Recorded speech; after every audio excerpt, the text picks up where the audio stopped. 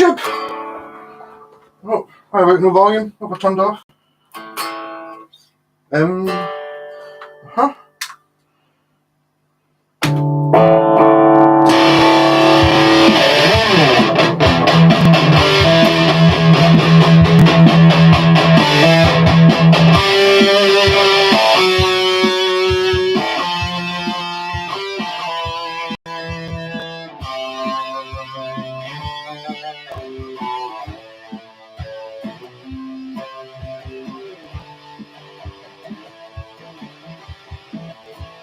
Hey, Daniel!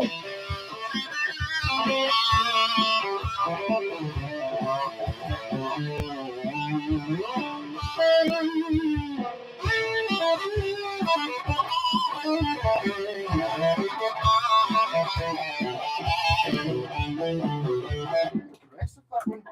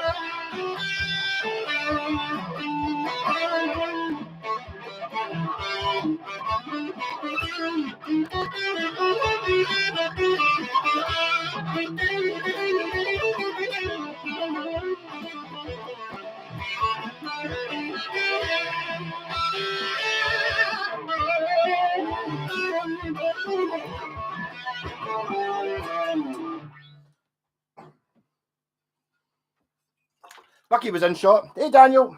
Hey, Space Monkey. Hey, Andy Ross. I'm up. Spoke at the Fender F5512. Dropped the action and put a set 8 on it. Sounds brilliant. Brilliant. I take it a F5512's a 12 stringer.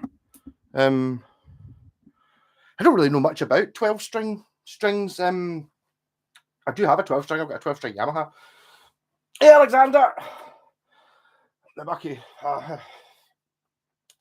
Hey, Kenneth, the white accent. So this is a rare guitar. Anyone want to buy it? I'm going to sell it. I've never seen another one of these. I have seen other versions of it. There's a BBR. Washburn did a black with red binding. BBR, black, red, whatever it stood for, which is a big thing. You've probably seen BBR guitars from the 80s. But it was Washburn that did them first. And you can get this guitar as a BBR, whereas all the white bits are red. You know, it's got it says Washburn in red, and it's got red numbers on the knobs and red binding. This one doesn't. This is black, so never seen another one. Mental. Oh, what kind of it looks kind of Brian Mayish? Maybe a wee bit actually. Yeah, it's the same. It's a later on version of. This is a Hawk. They changed everything in 1983. This is a 1984 one, I think. 84. So it's a wee bit different. Oh. Hey, Dunklak. How's week been? Pretty good. Yeah, got some Skelex tricking in a couple of days this week, actually. But I'm ready for my Bucky. I finally got the Sustainer guitar working, so I'm not going to play it because I'm drinking, though. But I'll do a video of that tomorrow. What number are we on tonight? 23. I don't know if that's really that good or that bad.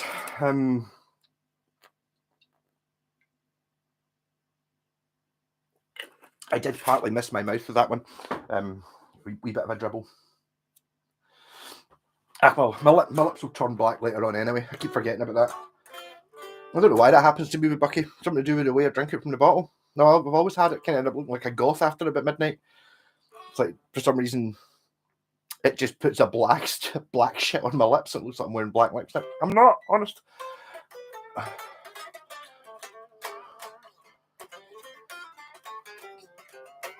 This is so different from that, even though it's the same shape. This is a much more normal guitar. It's got like a thin neck on it. That thing's like your wrist. It's really thick. They've made it a bit more normal. How's everyone else doing? Did I successfully manage to not buy any guitars this week again as well? I think I did. Oh, wow.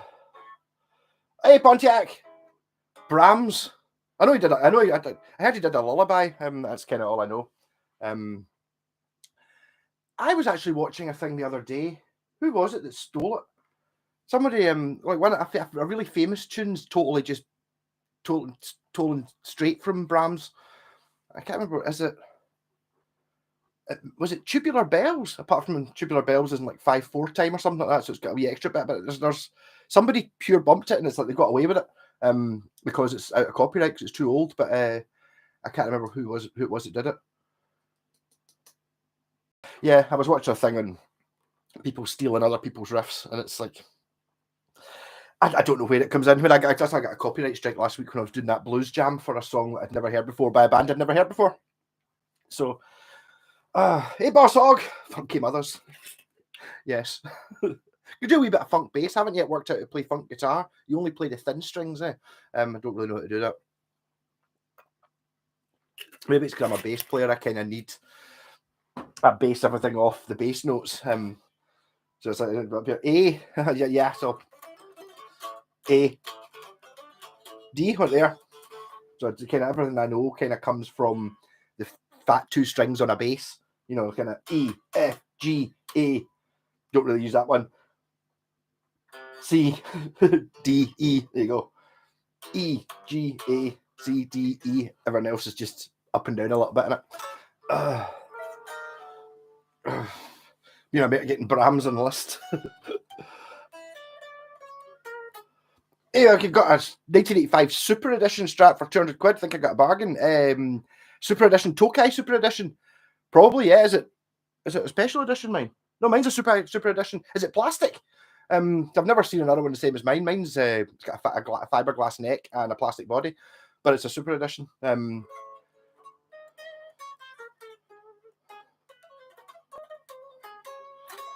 You'll be watching, can't comment your home situation. Fair enough, Frank. You enjoy, and whichever way whichever way you like, it's totally fine. Yeah, I think get a 1985 Tokai because it'll be Japanese if it's 1985 for 200 quid's an absolute steal. Even if it does need work to make it work, or if it's really beat up, as long as the neck's not bent or something, you know what I mean? Even a wee bit of, even if it needed a refret, I think you would still be okay with that. Hey, Kim!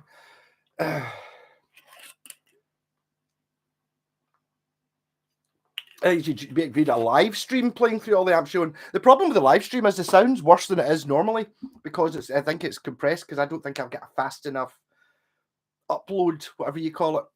So generally when I play here, it sounds like I've got a phaser pedal on. I don't think it'd be the best for the amps. But how many amps do I have? And do you have a favorite? Amp-wise, I've got there's the Marshall bass amp.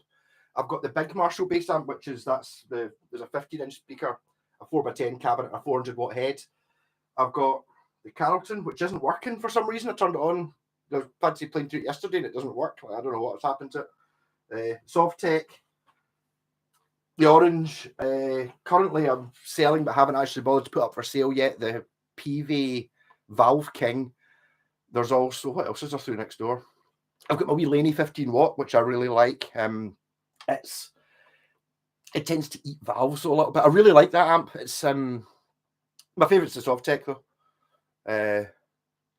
because it's just because of what it is. It doesn't really work as well in the house, but through a cabinet in the studio, it sounds absolutely fantastic. Just at low volume, it's not on enough to work properly.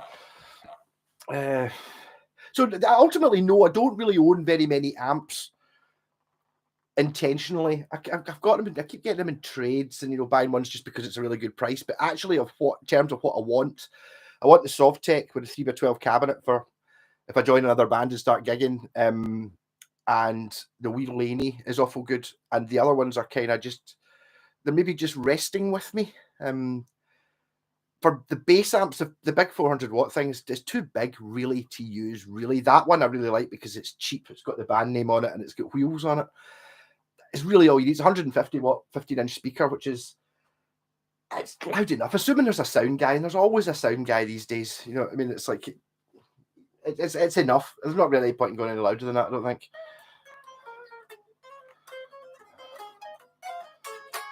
But I mean, my favourite amp is, well, I don't know. I have to say I do like the wee orange one, though. You know, the problem with the wee orange one is the wee orange one's worth a fair bit of money. I think it's worth about 350, 400 quid. So to be honest, I would probably rather have 350, 400 quid. But it is really nice. It's also a really nice size, being 30 watt. That's switchable down so you can play it in the house. But 30 watt, 1 by 12 inches, like all valve, is good enough for gigging, perfect for gigging. The Laney 15 watt with a 10-inch speaker it's okay, but ideally you want to stick it through a bigger cabinet. 12-inch speaker's where it's at. If the wee Laney had a 12-inch speaker, still at 15 watt, 12-inch speaker would be lovely. Tokai with L white pickups. 20k output, Jesus. I don't know then. I don't know what L white is, but 20k output's quite ridiculous. I wonder if they've got a different type of magnet in them, because it's the thing with the resistance, you know, your 20k doesn't really, it tells you how much wire there is on it, because there's 20k of resistance, so there's a lot of wire on it. It doesn't really tell you what it sounds like, though, because it could be a different kind of wire, depends what kind of magnet it is, because I mean, you get what come out as really low output pickups like your DiMarzio Super Distortions kick in at sort of 7.5, 8k, and they're flipping loud, as opposed to other pickups which are more powerful. You know, they're 15k, 16k, but they're not necessarily as loud, so there's more in the equation than just 20k being rocking. I don't know. You might find it's made of a funny type of magnet or something like that. I've been pushed by the band because there's a guy who's really good on bass into playing one of these silly trebly 6-string guitars. Oh dear. There's a guy who's really good on bass. I'm that guy. It's like, it's difficult playing on guitar when the bass player you got. I did that in Cranking House a little bit. Is this whole ever case of crap bassists having to play guitar? To be honest, no. It's like there's two different types of bass player. There's the bass player who is pals with the rest of the band and wants to join in, so they buy a bass because it's easy. That person could also have a van. And then the other bass player is the one who turns up to a band that's already got 3 guitarists and none of the other ones can play bass. So that's me. I was in the first band I joined. It was three guitarists, a drummer, and then I joined as 4th guitar. And like, you can't have 4 guitars. So, I mean, 4 guitars can be done if you're all pure amazing, but we were all been playing for a year, so all terrible, all strumming the same chords. So I played the bass. I borrowed the bass and played it. First time I'd ever played the bass for more than 5 minutes was in the studio, that first rehearsal, and I became the bass player. It was much more fun. Are you miking your amp? I'm not miking my amp. No, that's there just to hold up those cables. I will eventually get a, what do you call it? Scott's got a sound, an audio interface. I will get an audio interface and a wee desk, and I'll just mic everything up. And then it should just be a case of setting it and forgetting it. So I'll set it up once, and it should pretty much stay the same. Also, it'd be good for the stereo thing, because obviously I'm running 2 amps, so it'd be nice if you could hear the drums and the bass coming out this side and the guitar coming out this side. And I'll probably just leave this on for talking, or I do have a mic thing, and I just worried about it being spending too much time setting up. It's also really, really disheartening when you do a video like the way I do it. I don't, obviously I just make it up, hit record and go. It's really disappointing when I've done that and then something went wrong, like there is no sound, or so the more things there are to go wrong, the more likely it is to go wrong. So it becomes difficult. But I'll work it out. Sat by the sea listening to this, got a bottle of non-fortified wine, left leg crossed over the right head, fish and chips in the lap, perfection. Oh, brilliant, Rubens. Yeah, excellent. It does sound rather nice. Sitting on the beach with a bottle of non-fortified wine's fine. It's all right. It's not as good as the Bucky, but sitting with fish and chips in the lap, yeah, totally. Bastard. Hate you a little bit. Wanted to learn the sun ain't going to shine no more. Check the internet, and like always wrong. I've heard the name for it. I don't even know the sun don't shine anymore. But yes, there are some things that are there are some songs you just can't seem to get. What was the song that I was playing? Aye, the Blazing Saddles tune. There's lots of versions of Blazing Saddles tune on the internet. So I was looking at it to get the words. No, I wasn't cheating to get the chords, obviously, honestly. But I didn't play along. I wanted to play along with the DVD or the the film, and none of them were in the same key as the film, so I had to do it myself. Joy the Grandie. Thanks very much. Scott is a really good guitarist. Yes. Yes.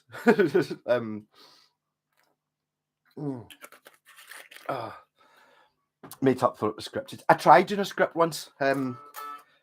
The problem with that is, see if I write down a script, or this is the same thing that happens if something goes wrong. There used to be a case of, I would maybe have, if I got like 2 or 3 minutes into the video and then something, I mumbled or I dropped something or something went wrong, I used to go back and start it again. But the problem with that is, though, I can't remember what it is I've already said.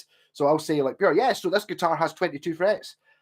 And it's like, I've said that before though, but was it in this recording or was it on a previous take or was it when I wrote it down? So it just ends up getting a big mishmash of repeating things and missing out huge chunks of information because I've got to just do it in a winner. Otherwise it doesn't work. I'll learn it though. Fourth guitar, yeah. And I was the only one that could play lead guitar at the time as well. So basically what I did was I played pretty crap lead guitar on the bass. It's still what I do in the bass. I never learned to be a bass player as a bass player. I learned by being the only one who could play any sort of leads. When I say lead, I mean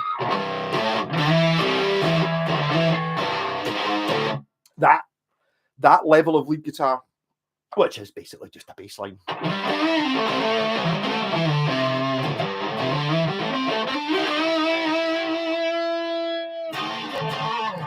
Hey Jeff, my mate was wondering the guitar on the left was with the baseball in it. It's not a baseball, it's a snowball. Yes, that's the mic I'm using, and basically when I was just using the camera mic. The problem with the camera mic is the camera mic just cannot deal with any bass. As soon as you put the bass on, it just farts out, and it sounds terrible anyway. So this is actually a proper webcam podcasty mic. But I'm meant to be, I'm meant to have a pop shield on it and talk right into it, which I'm not doing. I could maybe make it a bit. Make it a bit closer. There you go. So it's now floating in space. But looking at all the webcams, and basically that one I thought looked a bit like the spaceship from 2001: A Space Odyssey, so that's why I chose that one. Yes, it's like, don't know what you're looking at. Buy one that looks cool. Yeah. Guitar question. Wow. Buying new guitars insane, but those Guild Surfliners are triggering my gas hard offset metallic pint. Guild any good? I don't know who owns Guild now. They certainly used to be good. It's like I don't know. It's not like there are some companies you can name. It's like something like, I don't know, Ibanez or that's been owned by the same company forever, or Fender or Gibson. They're kind of always owned by the same company. Not saying they're always made in the same factory or get the same principles, but they're kind of always there. Guild were a big brand, and then they weren't, and then they were bought by somebody, and then they were cheaper, and then so it kind of, I don't know. If it's any good, I mean, it's like I don't really know what to say. I mean, it's like, how much are they? If they're 500 or 600 quid, which in my view is for if it's a £500 or £600 guitar, it should be really good. That should be a really good guitar for 500-600 quid. There shouldn't really be any compromises in that. Maybe compromises in the sense of maybe it doesn't have like Seymour Duncan's, or it doesn't have tons of binding or fancy maple top, but it should be a rock solid guitar. I don't know. Geezer Butler was originally a guitar player, yes. I don't even think. I know the first few gigs he didn't even have a bass. He just used a guitar and kind of just had the bass on the amp turned up loud. Fender owns Guild today. Neckham SG copy won't straighten. No two-way truss rod, so turned it upside down on a small round table with a pile of LPs on the neck. I've had to do that before. Pontiac, does the neck come off? Because if it does, you can. It sounds ridiculous, but you can cook it in your oven. I did that before. I did a I cooked it too long, but I managed to sort a Yamaha, which I painted orange like an X-wing fighter. The neck on it had a back bow in it, and I cooked it in the oven. And then when you get it out, it's almost you can almost bend it, and it'll stay in whatever shape you want. So you've got it hot, literally hot, and then you clamp it in the position you want, and then when it cools down, it stays in that position. It worked. I overcooked it, so now technically it's got a baked maple neck. Kind of went really dark brown. I can't remember exactly how long I put it in for, but it can be done. It can be done. I'm not sure the weight might do it. I had to say it's a similar problem. I tried doing this with my. I've got an Antoria Telecaster that undid the truss rod cover, so it's basically not connected anymore, and the neck is perfectly straight, absolutely straight as an arrow, and it's just a wee bit more. You're just if you could raise it 2 millimeters, it would be great. It's just because it's maxed out. I hate that idea of it being at the absolute limit of straightness. So I don't really know what to do with it. But I mean, give it a shot. It might help. The way I did it before, I had with that Antoria neck, is I had it because I wanted it to have a bit of relief in it. I had it clamped to another neck, like a fucked one, and then I kind of put a clamp in the middle to actually force it to bend it into that shape. And I had it sitting on top of my heater for like 2 weeks. And I didn't really. As soon as basically what it did to the crap neck that I had on it, it totally bent the crap neck. But the Victoria kind of seemed to just bounce back to its original one. So you might need to put heat in it. Love to see a series of you and Scott going around the country rating a fish supper and then guitar safari and something wild mod it and sell it off Antique Road Step Show. Basically, I think we're kind of doing that, Ruben.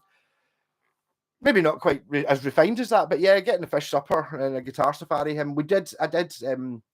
Have to admit, when we weren't really that far up north, to be honest. I don't think at any point we were more than an hour and a half away. Which, to be totally honest, okay, not for a 20 quid guitar, but if it's something like this that's coming up at a reasonable price, or one of these ones, driving an hour to get it, I could do that. But I was looking to see if I could find something in Perth, like on Facebook Marketplace. Nothing really showed up. But yeah, we do need to do a proper guitar safari, and then take a modicum of toolkit, and then maybe sit on a beach somewhere and make it work, and then try and have a jam with it.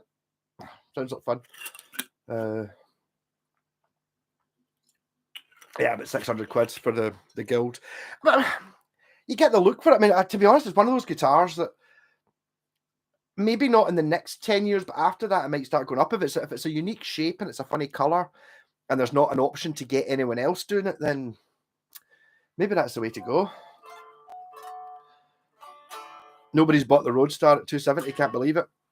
Gordon, you've got to try. You've got to find people. That's the problem I've got. I mean, I'm going to try and sell this, and it's like people who know what this is don't want to pay for it. Because one of the reasons you buy something like this is you could buy this for less than a Les Paul, and it's a lot more. It's a lot more guitar than a Les Paul is. It's also got even this has got a Scholler Floyd Rose in it, which I bought a guitar that had this in it. That the guitar was a project guitar that was totally made an arse of it, but it had this bridge in it. And I looked it up, and these are £300 just for the bridge. So that's the difference in your Floyd Rose. Oh, get a good Floyd Rose. A good Floyd Rose, like a Scholler one, costs £300 new, which is what this is. So I mean, to be honest, I'd probably better taking that out, selling it, get 200 quid for it, and then sticking in a £15 one into this. I'll see what happens. No set neck, damn it. It's worth a go. It's not going to do any harm. Look at it that way. I don't know if you'll get anywhere. Hey, Mr. White, going to try this. You better be right. But this cook neck, yes. You put it on for I think it's gas mark 4 for about 10 minutes, and it literally goes. Obviously, literally, it's quite hot when you're holding it, but you can sort of go like that, and it kind of turns it into. It makes it bendy. And if you clamp that into the position you want, it should fix it. Has anyone replaced a truss rod? I haven't. I don't know about anyone else. Jess might have done it before. If he pops in later on. It's one of those things. It's like none of the guitars I've got are really worthwhile changing fixing the truss rod cover if it was gone. Do you know what I mean? It's like if the guitar's going to be worth $5,000 when it's done, yeah, it's totally worth doing it. But if it's anything, you've got to take the fingerboard off and then obviously take all the frets out. So you need to refret it anyway. So a couple £100 for a refret. Once you've steamed off the neck, replace the truss rod and put the fingerboard back on again, then it's £200 to get it refretted. So it's a lot of effort. One of the reasons I like bolt-on necks are not well. There's a few reasons. I much prefer a bolt-on neck if I've got the choice. This one isn't actually. This is a set neck. But I have no issues with bolt-on necks. I think if I don't notice any difference in sustain and all that stuff. Like Strats and stuff have got bolt-on necks. It works. It gives you that thing where I'll buy myself a broken. There's a Squire Strat on Gumtree for £40. It looks knackered. I'll buy it anyway. And if the neck's twisted, then you've still got the body and the tuners and the pickup. There's a crap looking, really dirty Epiphone Les Paul with a set neck. I'll buy that. You get it. The neck's twisted. You're like, oh. Then all you've got is the pickups. Then you have to throw it away. So I'm not much of a fan of them. Hey, Big Stavros, you tried the original Indie Tribal telly with the dual humbuckers? I have not. No, I've had a couple of Indies and they're good. Indies is Samick Factory sort of home make, isn't it? Is that the one I'm thinking of? There's another name that's similar to Indie. I had one. Was it an Indie? It could be Indie. They weren't cheap. I remember when Indie came out. So I was playing the guitar when they came out. So maybe 20 years ago. And it was like, there's a pretty cool looking Les Paul, but it was like £300 or £400. It wasn't a cheap guitar. But my thought at the time, before I knew any better, was that's kind of the same price as an Epiphone one. We just buy an Epiphone. And it's like, yeah, totally. It's the same price as Epiphone. I bet you it's fucking better. I bet you it's like the £300 Indie's the same as the £500 Epiphone because they don't have to give Gibson money, is what I think. No, I haven't got them. So I don't know, but I bet you it's really good. Replacement tuners for issue. Cop Wilkinson Deluxe. Yeah. Mm-hmm. I would buy, if I was buying tuners for a guitar, I'd definitely have a look at Wilkinson ones. Seem good. Replace the truss rod, steam off the fretboard and drill out the skunk stripe. Life's too short. But some people do these things for fun. It's like people who buy kit guitars. It's the joy in making the kit. It's like, it'll be really good. Really good fun spending a month painting it and sanding it. Just because I don't think that sounds like fun. That's why all the ones I've made haven't been painted and sanded and didn't take a month to do. I'm too impatient for that crap.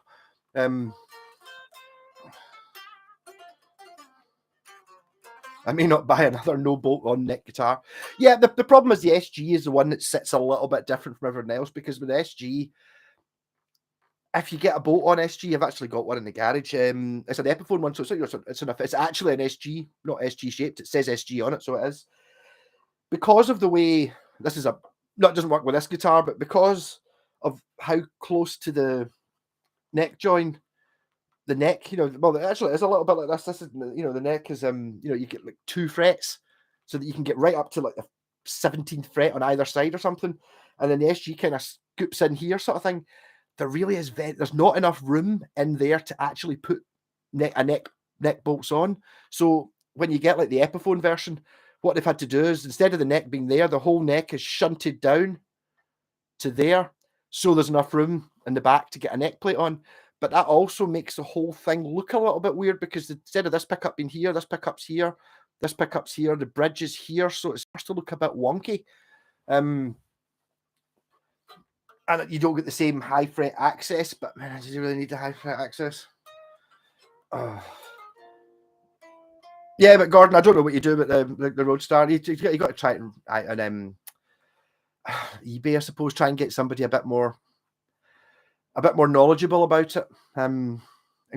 Just if you can get somebody to play it, because the thing is, if you're sitting there, you're selling a guitar, a Japanese Strat, basically, it's a Roadster, and for £270, you maybe get a Mexican Strat for that that's quite a beat up one. I would have thought, like, you get a Mexican Strat for that kind of money, and the Roadster's a Japanese one, and Japanese are better than Mexican. Japanese are.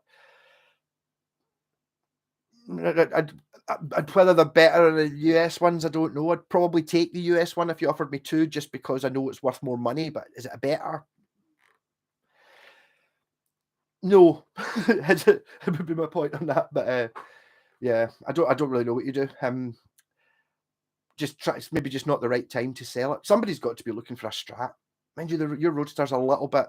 It's not quite Stratty looking, is it? Does it have, it's got a scratch plate, but it's got like the slab body. Maybe people don't like that. Does it have? I don't think it's got a trim. I don't know. It's kind of bizarre. Oh. But a water damaged Flying V. The truss rod is rusted and won't move. I would really go mental for the WD-40. Just absolutely soak the bastard in it. There might be a way of getting it to work. It's really annoying. They're originally British indie guitars. No, I think you'll find Big Stavros. There'll be a British design. I don't imagine they were made in Britain. You would know them because it would have to cost £1,000.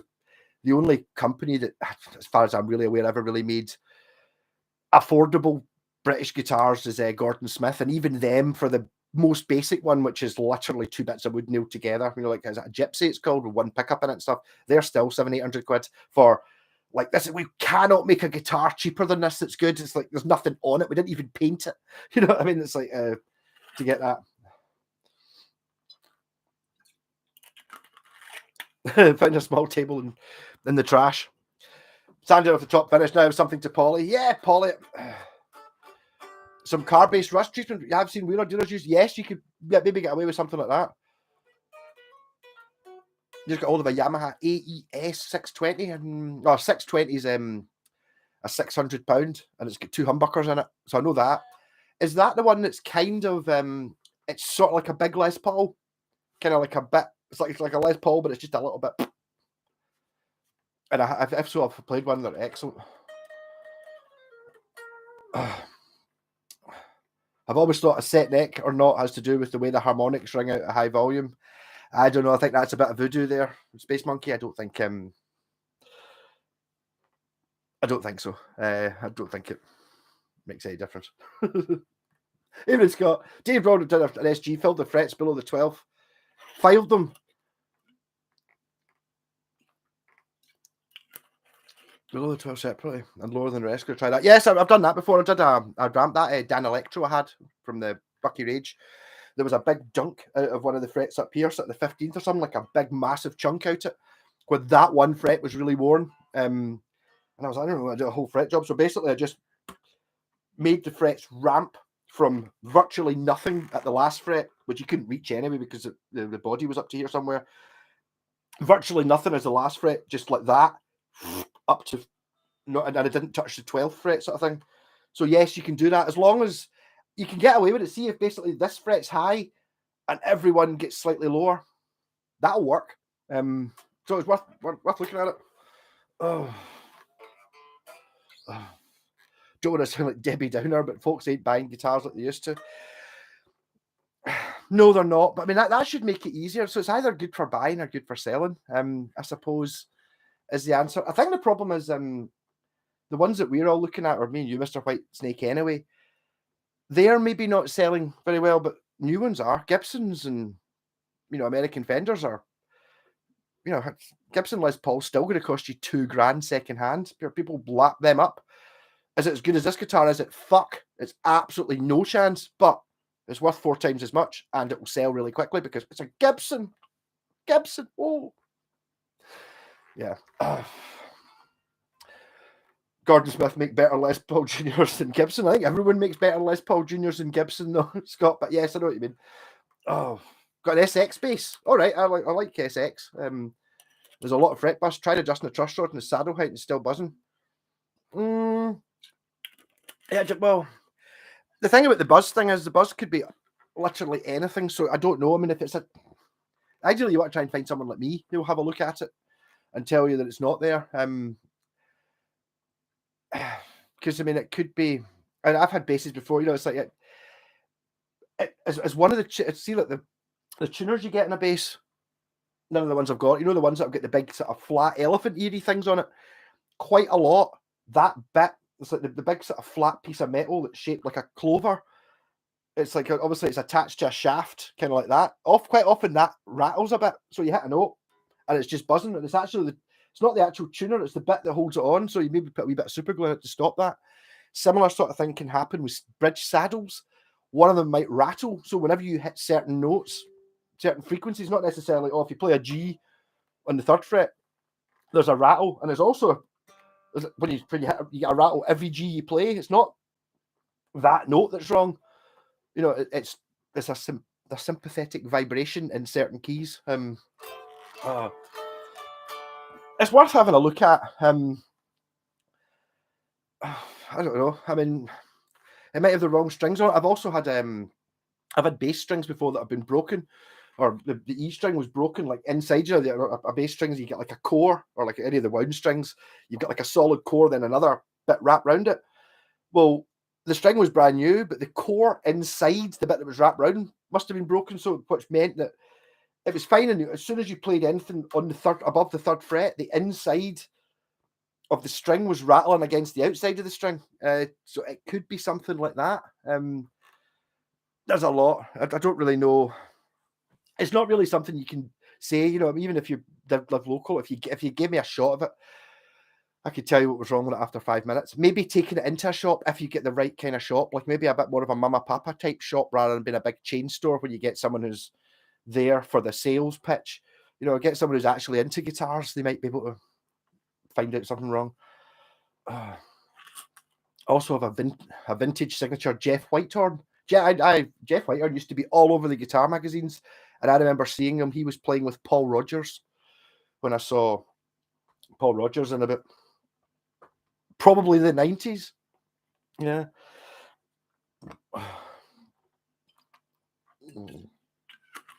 That's not a doubt for me. I don't sell them. The thing is, you get to a point where you have to sell them. I have to sell a lot of guitars. The thing is, I can't keep strings on them. I've got too many. I mean, how do I justify having this? I mean, this is, let's be honest, in more than 50% people with a guitar collection, this is better than any of the guitars in their collection. But it's not as good as that one. I've got guitars. I've got a guitar there with a Floyd Rose on it, which I like better than this. If you want a Gibson, that was something I was actually going to check. I remember wondering what the scale length on this is because I remember I was reading a thing about Paul Reed Smith, how they invented the 25-inch scale to be somewhere between, like a Fender 25 and a half and a Gibson 24 3/4. And it's like, well, that's 25-inch. That's before Paul Reed Smith. So is this a 25 or? Aye. So. No, I'd say this is Gibson scale. So there you go. There's a difference between this one and that one. That's not Gibson scale. That's 25. So it's only a quarter of an inch longer. But it makes a wee bit of a difference. All these things that add up.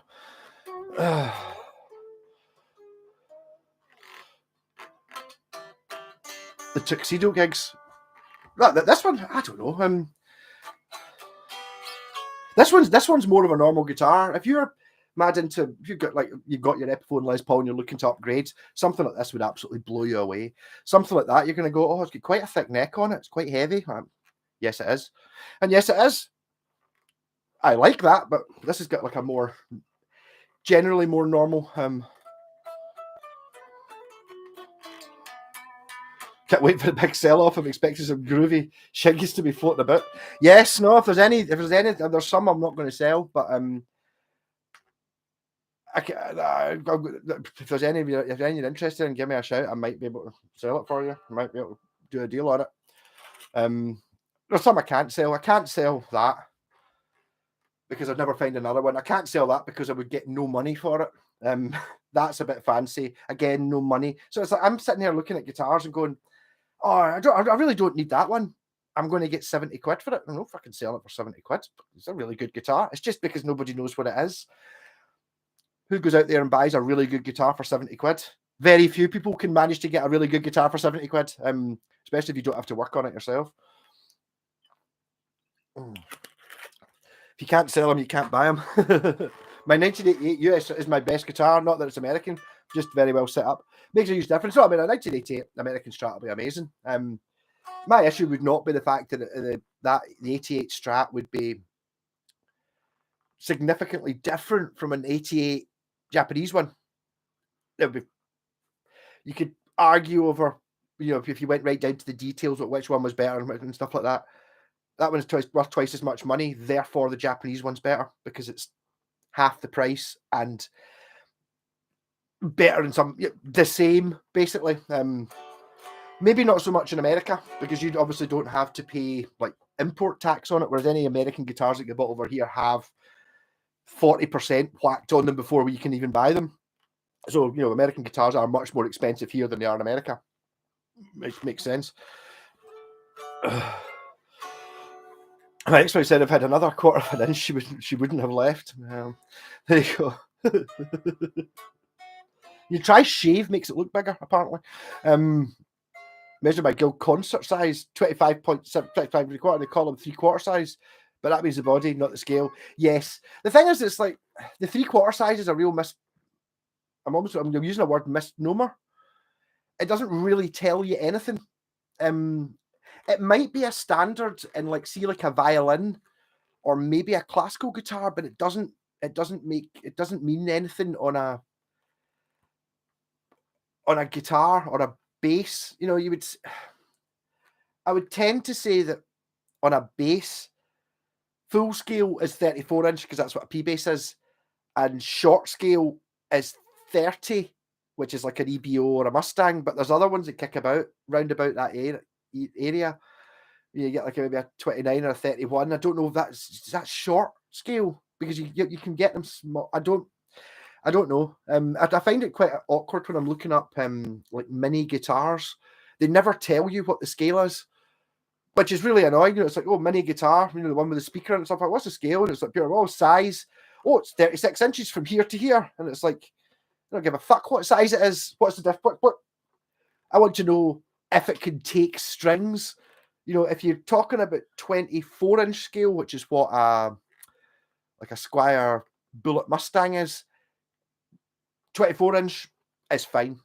You can still put normal strings on it. I would maybe put 10s on it rather than 9s, sort of thing, but it can handle it. You can play chords. Once you get down to 21", you can't put normal strings on it and tune it to standard because the strings are just too floppy. So you really want to know any mini guitar. The first bit of information I want is what's the scale length on it, so I know whether I can actually tune it to make it play like a normal guitar. Like Scotland for giving Trump such a cold welcome. Loser had to hire 2 pipers. When was that? I don't know. Has Trump been here recently? I know that he was super, super unpopular, and the things that Nicola Sturgeon said about her when she was her first minister was like just fuck off. Really. We're not interested yet because he's got his golf course. He pure screwed. I know. No politics. I actually get demonetized last week because of something we were talking about. But yeah, no, it's not popular here. Maybe not as I don't know if it's unpopular as the king, which I managed to avoid all of that. It's great not having a TV anymore, or not having an aerial plugged in because I didn't have to watch any of that. Not interested. Although I noticed that yesterday the wee old woman across the road had Union Jack bunting up for the king. I don't know how long they'll last. Use the word floppy in the divorce proceedings too. All right, that back in the day when it was floppy disks full of things full of guitars.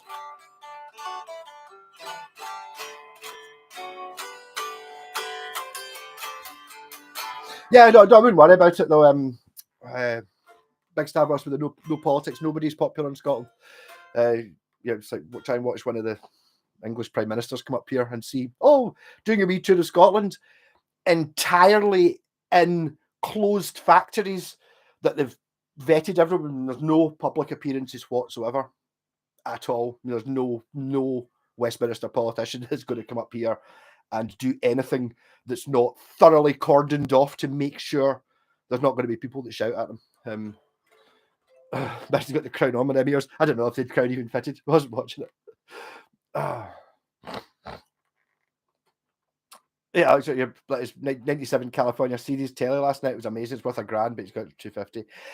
sometimes these things happen. Yes, I know. Did he tell you when he bought it for 250 quid? Because maybe if he bought it 10 years ago or something. You never know. You always get people who have bargains and it's annoying. I mean, I don't really get anything that amount. I mean, the ones I get is bargains. It's like I'm, trying to buy and flip and sell guitars, but I'm buying them for 40, 50 quid, doing £100 worth to work on them and selling them for 100 quid sort of thing. So I'm not really making that much money. There's so much more money to be made if you're into Fenders and Gibsons, where you've got guitars that are worth way more than they are physically. I've got to sell guitars for physical reasons. Here, try every guitar you can find in a guitar shop in Glasgow for any amount of money, then come and have a shot of this at 600 quid or whatever it is, and you'll be like, all right, okay, yeah, I've got to sell it for that. I'm not selling it. It's like, oh, but look, it's a limited edition. Well, it is I'm saying, look, it's a limited edition, but it's like, no, it's a Gibson Les Paul, therefore it's worth £2,500. But it's like, it's really heavy and the strings don't work and it sounds good, but it's still a Les Paul still. Yeah. Lorraine Kelly's popular. Is she still alive? I'm not even watching TV anymore. I haven't seen her for years. Is Lorraine Kelly in still game? I don't know. I've seen her in a few things. 250 quid telly, get out of here. Yeah, well, I'm not good for that. I would have to say, I've got one. I'm going to say I don't have any American Fenders. My Music Master bass, which is for sale if anyone wants to buy a Music Master bass. I think it might be worth over £1,000. Again, it's a 1978 made in America Fender. The neck's in amazing condition. It's got a few dents around the body. It's fine. It's a nice bass. It's from looking at it from my perspective, it's a £200 bass though, because that's what it is. I mean, it's solid. You can gig it. It's great, but it's Fender America, so it's worth £1,000 because of that.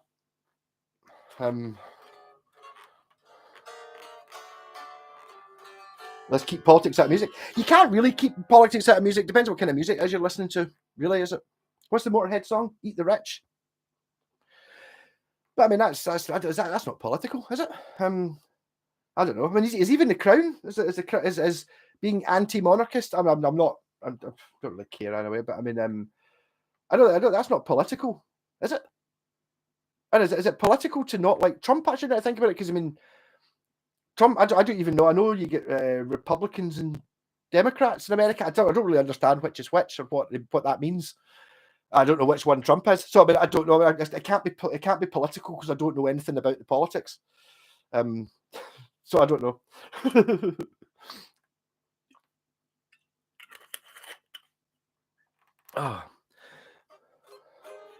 The kids have ADD, so they can't deal with a 6-second hook.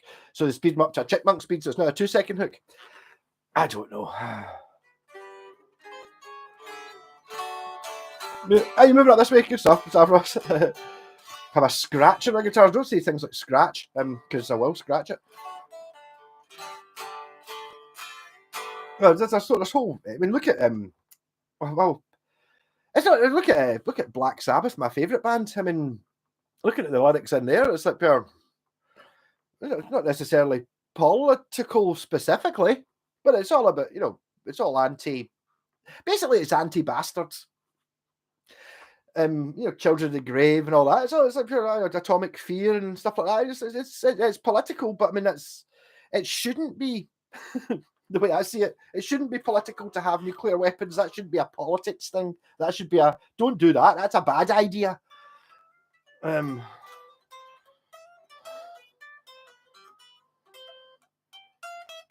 Andy, you're after a Strat? I've probably got a Strat for sale. What Strat do I have for sale? I need to think about it. I'll have Strat types for sale. It won't be a Fender. I don't have any Fenders. I don't like them. Well, I don't like paying for them. Bumped up about politics. The main record companies have been well told to keep the politics out of music. It wouldn't surprise me, yes. Who's Glenn Matlock, Brian? I don't know.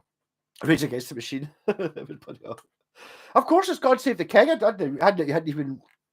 I mean, obviously, I never sang the God Save the Queen thing. Once I've kind of got a wee bit more politically aware, or royalistly aware, or just aware of the world. No. Oh. I don't know what the young team are up to. Chipmunk sounding samples on the hook. Wow, I don't know. She was living Govan, but maybe even knew Scott. Scott's a Govan lad. There's certainly, I wouldn't walk through Govan at night on Moan. Oh. No nukes, you crazy hippie. Yeah, well, if you're gonna have nukes, don't keep them 20 miles away from me. But I mean, then again, like maybe once the reason I get demonetized last week was talking about that film Threads. Watch that, and then you realise that actually I'm in the best place. If there is a nuclear war, then ideally you want to be incinerated in the first 20 seconds. That's a much, much nicer way to go. Because then it's like, pure, what's that bright light? Oh, is that a noise? Death. Not 10 years, 20 years of starvation and growing extra fingers and all that shit. Yeah, so, yeah. Don't do that. I don't know who. I don't know who that is. I don't know. I've not watched it. In fact, I probably can actually play the tune. Oh, he's a bassist from the Pistols. Wow. No, the Pistols are pretty against. I saw one that was. I suppose it's getting political. No, it's not. You know, they never mind the bollocks. Here's the Sex Pistols. I saw someone had posted. It was somewhere down in England. There was a sticker on a lamppost, and it looked like the Sex Pistol, but it was never mind the coronation. What about the cost of living? You know, something like that. So.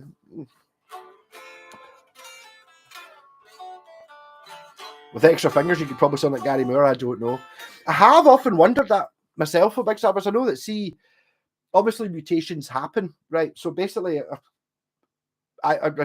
it does happen. Babies are occasionally born with 6 fingers on one hand. So basically, it's just the said thing that you amputate it, it heals up, and then they never know about it. But if you did actually have 6 fingers in your left hand, you could really fuck up the guitar world, couldn't you, by being able to have that extra finger to do other stuff with? It would be rocking. Grew up just outside Helensburgh. You had childhood leukemia. Doubtless nothing to do with the Polaris Trident warheads being shipped to the village. Of course it wasn't. No. I had a Polaris thing. There was a guy done on it was a 70-year-old pensioner who he got the jail for stopping the nuclear warheads all go through Helensburgh. Of course they do, but they go through the centre of Glasgow because that's where the motorway is. So all those nuclear weapons all came up the motorway, went right through the centre of Glasgow, past 3 miles past here, right through the centre of Scotland's biggest city to get there on a truck.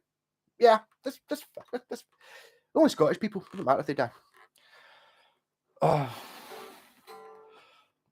We need more politics and music. Yes, I think so. What about the Irish folk protest songs? Don't know. I don't really know much about them. I know Paul McCartney. The song I've never even heard it. That song was "Give Ireland Back to the Irish," which was super banned everywhere. I think maybe I don't know.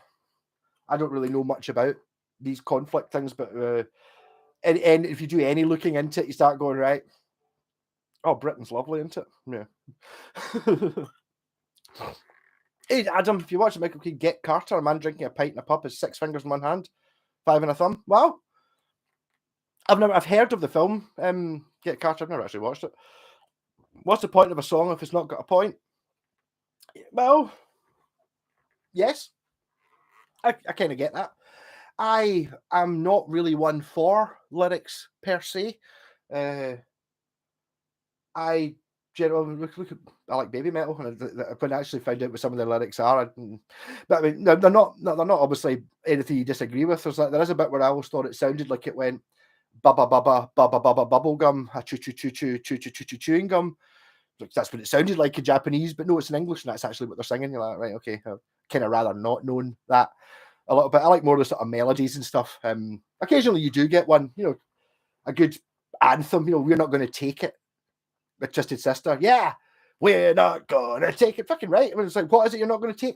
You kind of put your own thing in there. We're not going to take it. We're not going to take it that we've got to wear a school tie. We're not going to take it. We're not going to take it. It doesn't really matter. It could be anything, which I kind of like. I like it when it's left a little bit more obscure.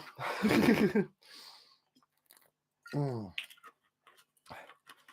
Django did with the 2 fingers. Well, Django's if it wasn't for him, Black Sabbath might not have existed. Because Tony Iommi cut 2 of his fingers off. What was that hand? But he's left-handed. On his last.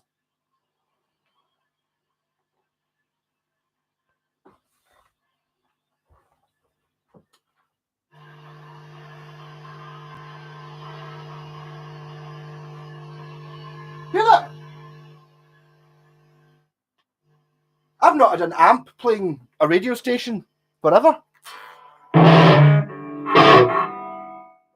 Actually playing music.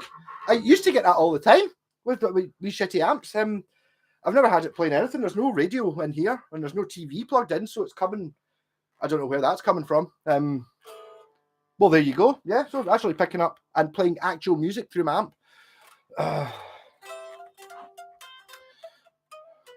Yeah, but I so basically cut his fingers off, and then he was obviously super depressed because he'd cut his fingers off, and he'd quit the job to be a guitarist. And then his old boss came around after a week. So, I told him, how you doing? He's like, oh, my fingers, I got my guitar. And he gave him some Django Reinhardt records. But like Django Reinhardt, it wasn't from birth or anything like that. There was a fire at one of the gigs he was at, and he went, and it was like on stage, and he went to grab his guitar. So it was worth, it was his livelihood. So he grabbed his guitar, but the guitar was really hot. The strings were thing, and that's what burnt his hand, was picking the guitar up. No, I think his hand was badly burnt when he was actually at a gig. You don't know about these things. I mean, I'm not saying this is definitive fact, but I think that was the story. It was at a gig and his guitar was on stage, and he went to grab his guitar, and when he picked it up, it mangled his hand. Black Sabbath's War Pigs is a political song, but is it? Is it particularly against? It's kind of anti-political. But surely nobody likes that. Surely everyone can get behind War Pigs, but no more. War Pigs have the power, send the poor, all that shit. Sure, nobody thinks that's a good idea. It doesn't matter, whether it's Conservative or Labour or Republicans or Democrats. Whatever did that was bad. Don't do that sort of thing. War Pigs is the best anti-war song ever.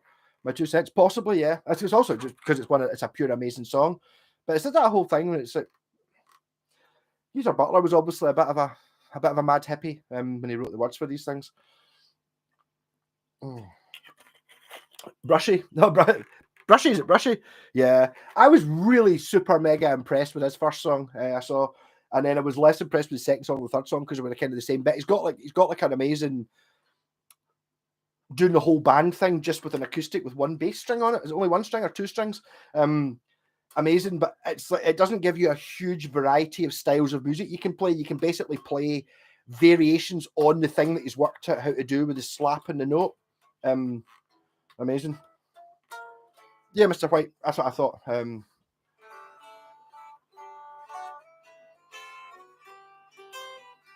Same as F55, they're 40-year-old now with guitars, but the price is very low. Bad for just because they're not.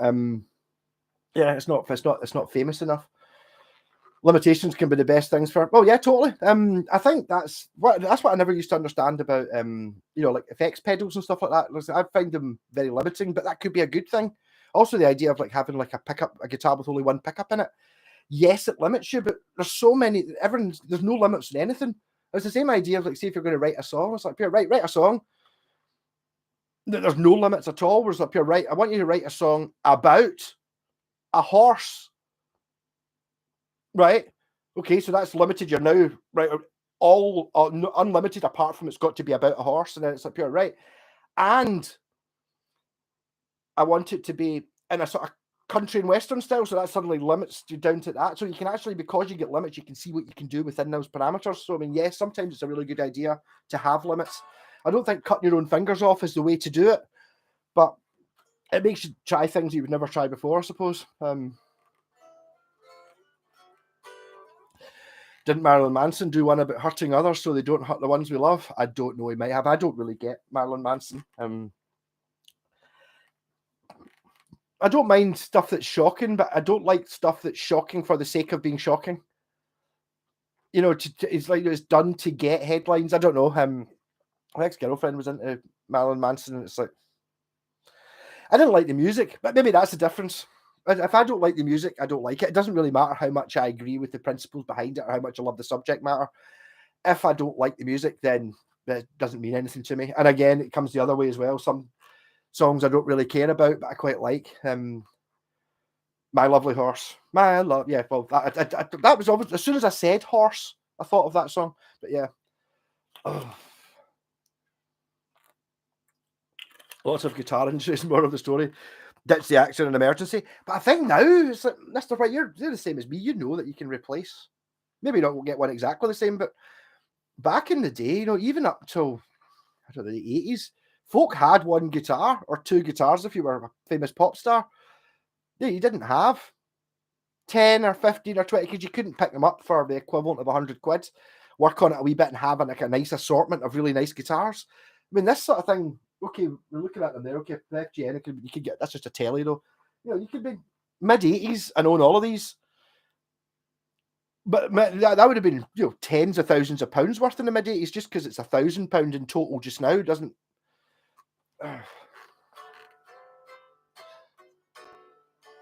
Max said there's no limit. So that was difficult. That was a jam I did the other day, and I was sitting there. And I think as soon as I went onto the bass, I was playing the bass, and I realized it was basically I'd just written "There's no limits," and I couldn't play anything else. It's like no matter what I did, it just kept coming back to it because I was aware of it. That's how I've had quite a few of my songs that have been ruined that way because I never actually intentionally stole other songs. I'm not Noel Gallagher. I didn't go, oh, I like that song. I'll just steal that and change one of the chords and no one will notice.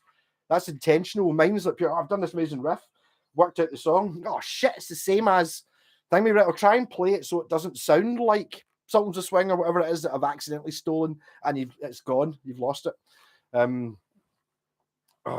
at 16, but that's Big Star Ross. You're talking about like if you go back to the 70s or something, the only people that had 16 guitars. I mean, I don't even know. Did Jimmy Page have 16 guitars in the height of Led Zeppelin? Probably.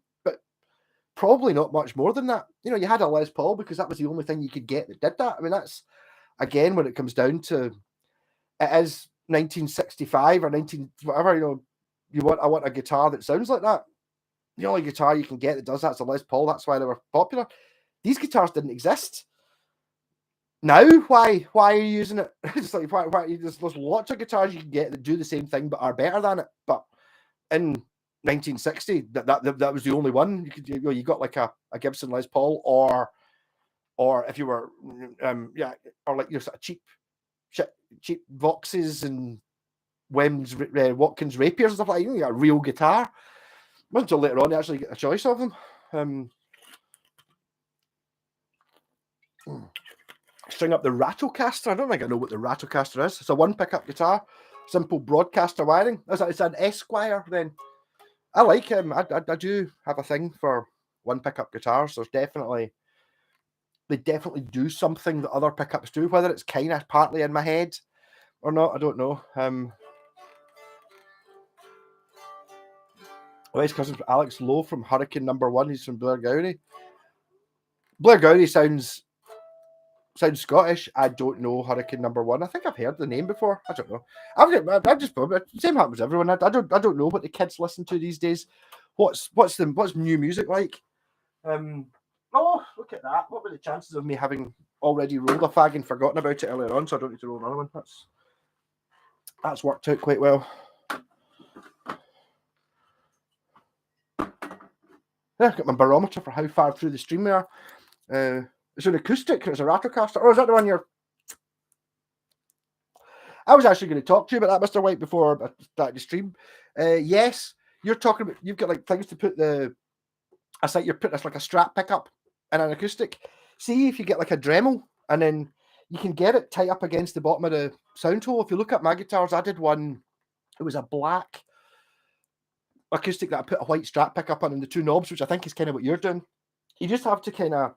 You can get the width of the pickup without having any fancy bits on it just by dremeling it out to make the sound hole not quite round, and it sits in, it doesn't get in the way. I always find that my 12-stringer, I bought a preamp system for it and cut a hole in it, and you spent 200 quid in a brand new guitar and cut a hole in it that night. I've got like like the EQ unit, the preamp and stuff, but it's got a mic on the back of that. There's a mic that points at the strings. It's got the piezo envelope bridge, and it's also got like a clip-in, like your Seymour Duncan Woody thing. And see the magnetic pickup that fits in the sound hole, it severely restricts the volume of the guitar that you hear when you're playing it unplugged. So like having something over the sound hole where all the sound comes out of isn't something you really want. Ideally, you want it to be rammed up against the top. You don't want something in the middle stopping all the sound coming out. It's like having...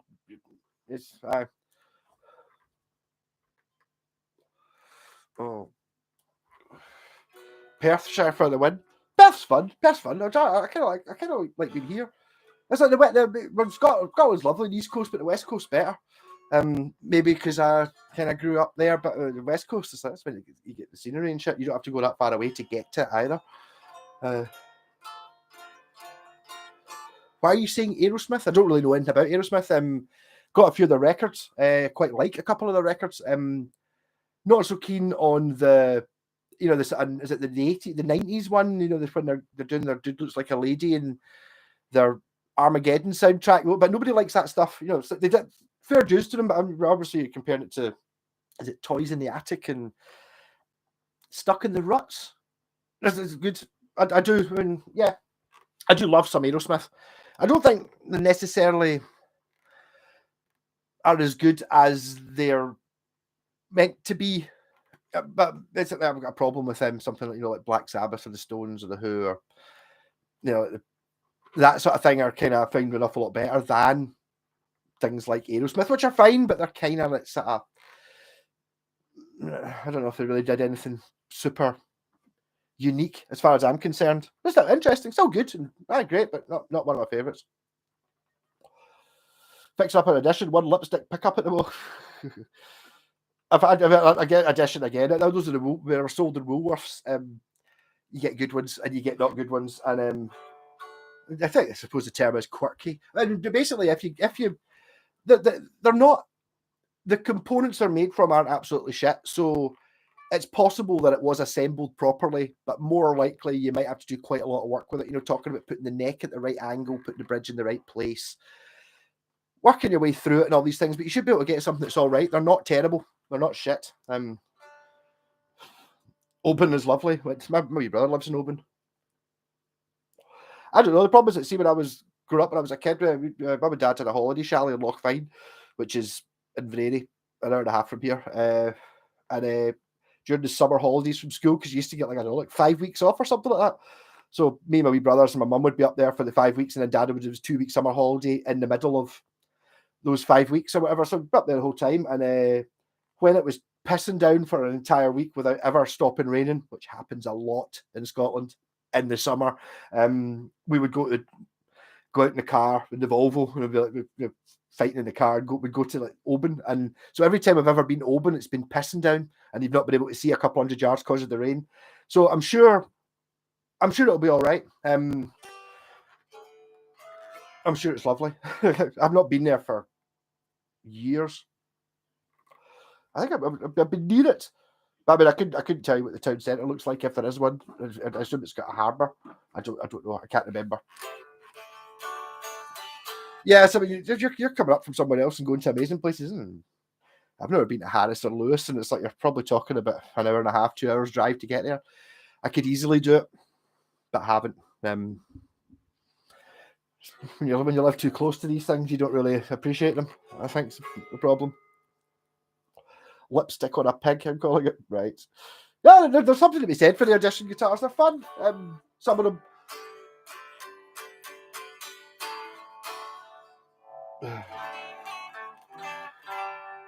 Maybe go to the next camper van safari thing. We're going up that side of. I mean, what I really want to do is find somewhere that's selling something, like a guitar, which makes it an excuse to go.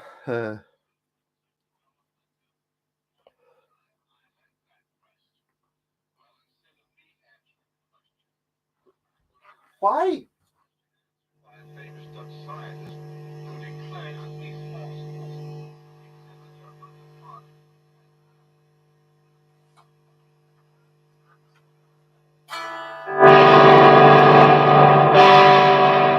Really weird getting music and someone talking through my amp. I think I'm going mental. I wonder what causes that thing.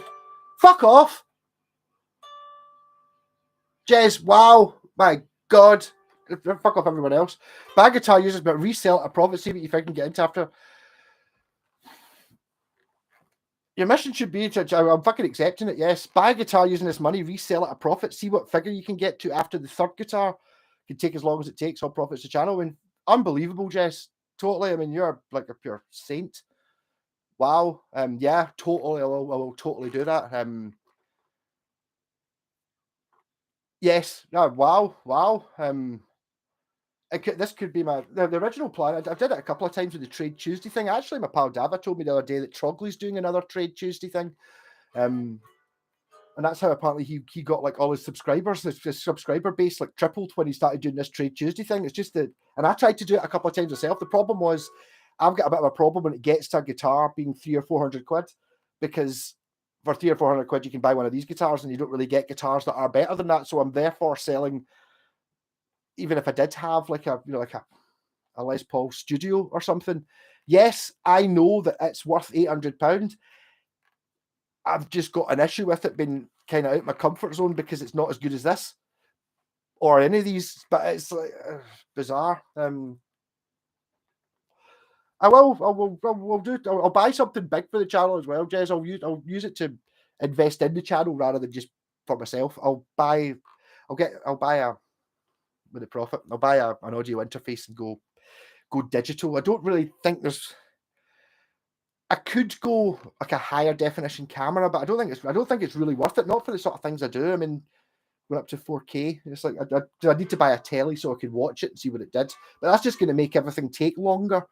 It's like the old thing about when you're downloading a file. It's like a 360k or 360p or whatever it is, the lowest YouTube format. You've got them on your phone. It's fine. You can have half a dozen videos, but put it to HD and suddenly it takes up 10 times as much room. 4K would be another 10 times as much room, so you probably find I couldn't do much. But wow, I mean, yes. What kind of guitar think you buy for £100? I mean, that's like buying a guitar to. Wow, I'll get something fucking ridiculous, Jess, or maybe something a bit silly on the way up.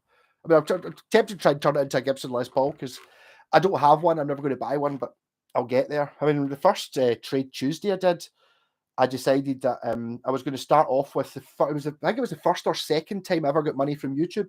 So like for 2 months I got 60 quid because you've got to hit 60 quid before it will give you any money. So it was 2 months, got my 60 quid, and I was like, right, for this money, I'm going to try and get a West Tone Thunder because you're not going to get a West Tone Thunder for 60 quid. So I ended up buying a couple of guitars, like a cheap Strat and a bass or whatever it was, and doing a sort of dual layer swappy thing to get up to. And then I think about a week later, I'd already bought. No, I ended up with I just ended up with a West Tone Thunder and the Ibanez Blazer and money left over like that, right?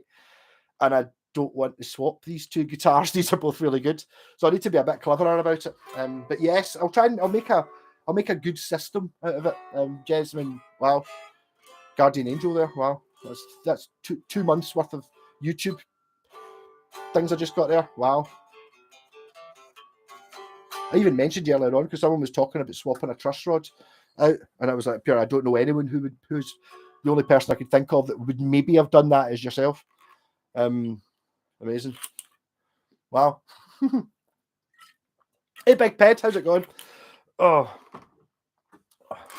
living near Inverness, but lived on Skye when I was wee.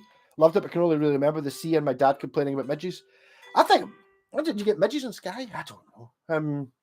I don't even think I don't think I've ever been to Skye. It's just disgusting. I mean, it is. The problem is I've got is like, see, when you go, you don't have to go very far before it starts getting Lord of the Ringsy from here. It's like, well, as I said, my mum and dad still got a chalet on Loch Fyne, which is one of the things that we're going to stop. Me and Scott are going to have to go up there and spend a day at Loch Fyne at the chalet. But it's the thing is, once you get there, even though it's only an hour and a half, you're there. So going further away, it doesn't really get that much better because you're already there. It's like once you've gone over there's a bit. It's in Restless Native called the Rest and Be Thankful, which is you kind of go up the top. You go up Loch Lomond, turn left, go around the top of Loch Long, go up over the Rest and Be Thankful, which is like fucking mountains and shit, and you come down the other side and you're in glorious miles away from anywhere in this, even though you're an hour away from Glasgow, but that doesn't matter. You're getting faint voices through your black stars now as well. Never had it for. Are they? Something's happening. The aliens are coming. I've never had. I mean, I do remember picking up radio signals on my first guitar, like wee 10-watt amp with distortion and a Honor Rockwood. I remember it picking up radio signals. I also remember it used to, the washing machine, which wasn't directly in below me in my mum and dad's house, was at the other end of the house and downstairs, or the tumble dryer. One of them used to come through the amp or used to affect it somehow with some sort of magnetic interference. But I've never had since then. I've not picking up radio stations ever. It's still on, but it's not even like a general. I could hear somebody talking definitely there. Is that a cheapo guitar you've got plugged in? Well, that's the thing. Yeah, well, no, it's not, because the guitar's got no. The guitar wasn't on. It was the amp, and it's like that's not a cheap amp. And my rat pedal, which is not a cheap rat pedal. It's bizarre. Honor Rockwood, my first electric. Oh, Mark. Mine was an LX90. In my head, I've got an LX91. Was in my head. Was that a bass or something? It was definitely. It's likely the same one. Not that it was particularly that bad a guitar. That one in specific was because the neck was fucked, which I didn't know. So luckily, when I started playing the guitar, my pal left a Black Sabbath book over. So I was like,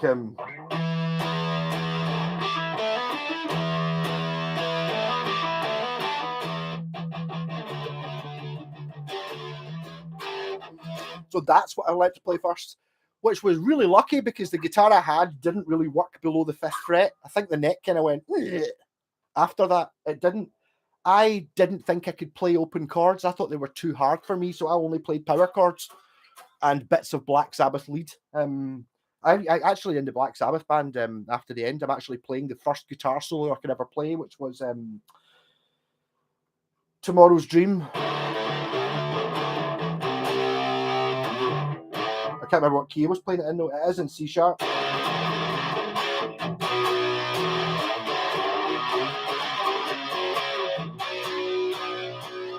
Tomorrow at daybreak, wasn't much to burn in my hand.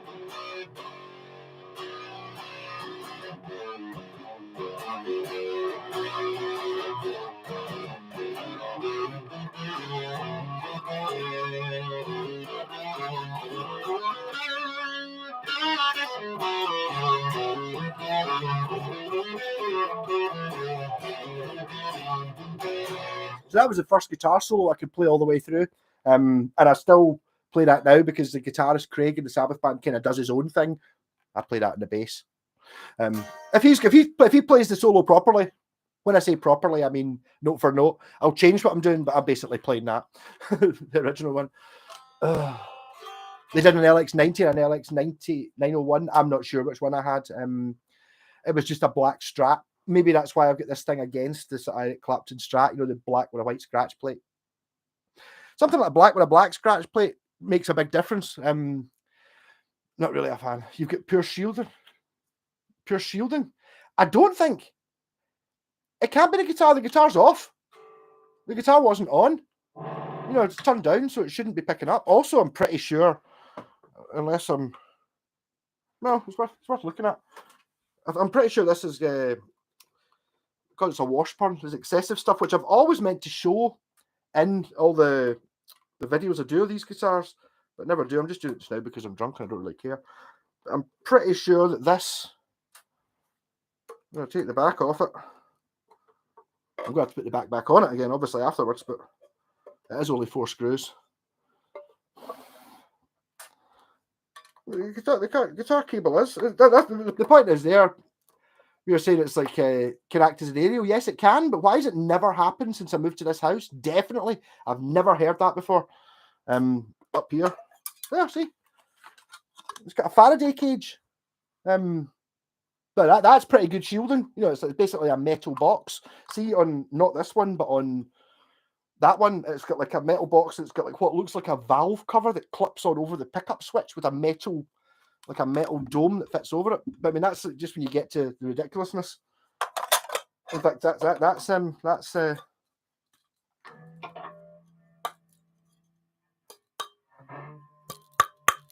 metal as well. So it's shielded. No, the full-on Faraday cages, they're not. But this isn't even one of the expensive Washburns. It's like they were. Who's ever going to notice that?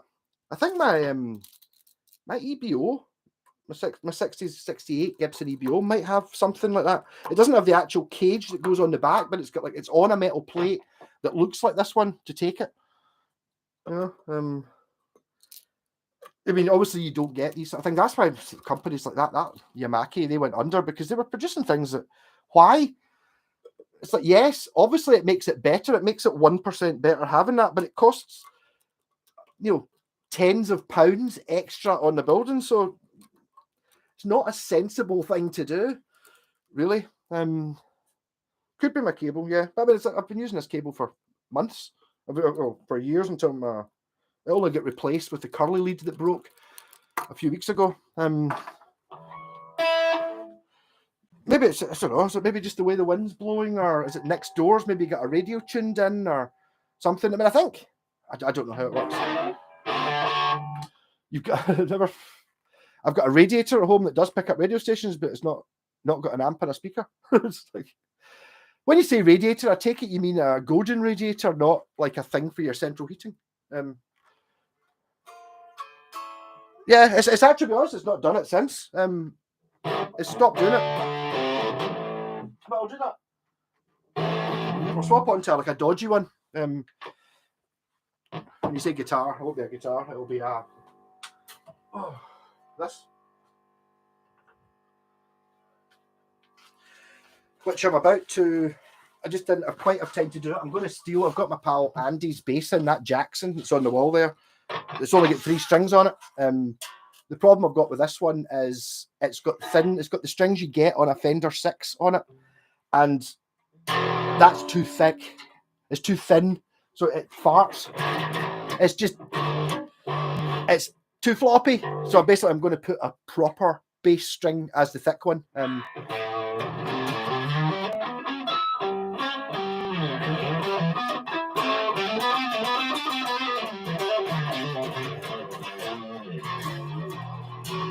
It's just too floppy.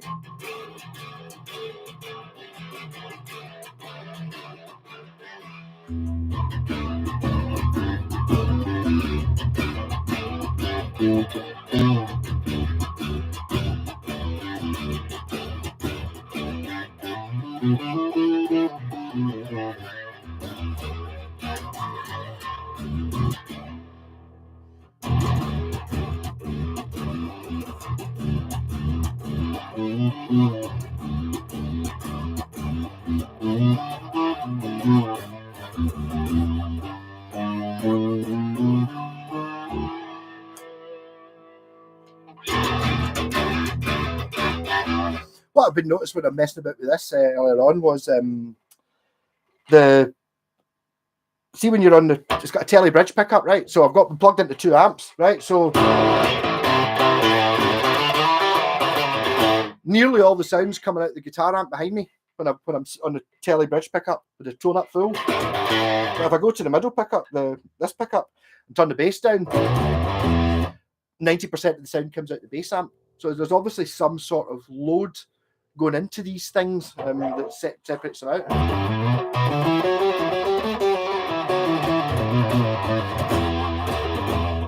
There is something I do need to set up Jess. So basically, the profit that's getting made is getting invested in setting up a proper stereo rig.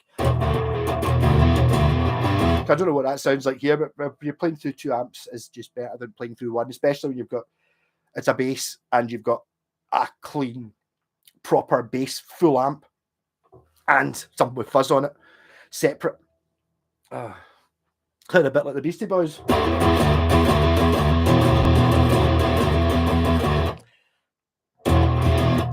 I can't remember what Sabotage goes like. It sounds too similar to Bread Fan by Budgie, so I'll keep playing Bread Fan by Budgie.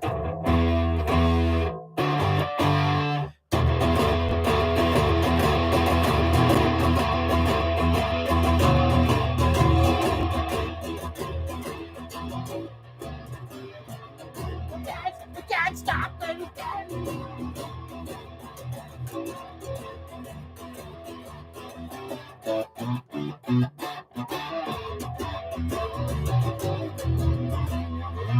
I need to listen to a bit more. Beastie Boys. I went for the mistake of I saw them live and they were fucking brilliant. I really, really, really enjoyed them. None of my pals did because they were going to see the Super Furry Animals. And I was like, what? Super Furry Animals? I've heard some other stuff like, yeah, they're quite good. But the Beastie Boys, man, when am I going to see the Beastie Boys again? So I went to, they were on the other stage. I went to the Beastie Boys and fucking was blown away how much fun they were. Absolutely loved them. And then a couple of weeks later or whatever, in a charity shop, I bought the Beastie Boys anthology. I think it was a double or a triple CD with like 100 tracks on it. That was the wrong choice. What I should have done was buy a 10-song greatest hits, and I'm sure I would have loved it. But having 40 songs of a band you don't know anything about, it's too much. You got to be a bit sensible about these things. Budgie, yeah, oh, Budgie. I was trying to convert Scott to Budgie the other night. I don't think he really knows him. Maybe to be because I always listened to music that was well before my time. I didn't listen to music when I was a kid that was from when I was a kid. So I don't know when I was like 14, what would have been about when that'd be like 1992, something like that. And it's like music that didn't really interest me. I was always 60s and 70s stuff. I never listened to current music ever. The Ghetto Pound Store. Oh, I don't know what a Ghetto Pound Store would you not call it a dollar store? We do get pound stores. Budgie, it's a spade. Well, we can try it, can't we? But I'm using the rat pedal when I should be using the Pi Fuzz, which is a little bit more distorted. Try that.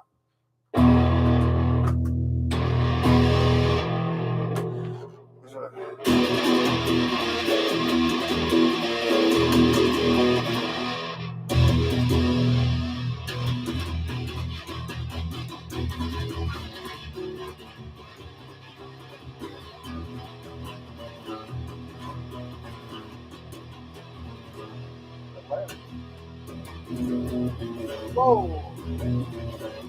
Wow, it's like a sea coming over the top of me. I mean, it's not picking up the radio signals now, and listen to it. You know what I mean?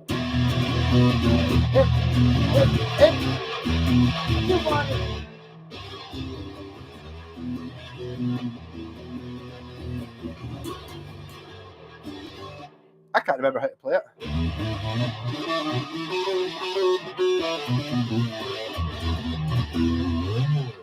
I need to have a look at how I've wired this up because this was a very early wiring experiment for me. So I've got 2 single coils, right? So bridge pickup, it's just a bridge pickup. Position 2 is both pickups on. Position 3 is the neck pickup. Position 4 is the neck pickup with a tone cap, and position 5 is both of them in series. Something like that. I can't really remember. It's definitely different sounds, but that's pretty much beastly.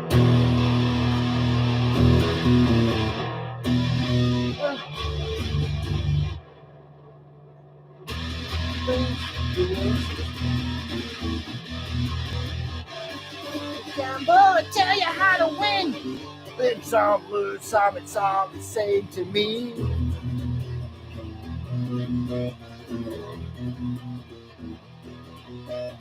Dancing with the devil, you know you're gonna see me.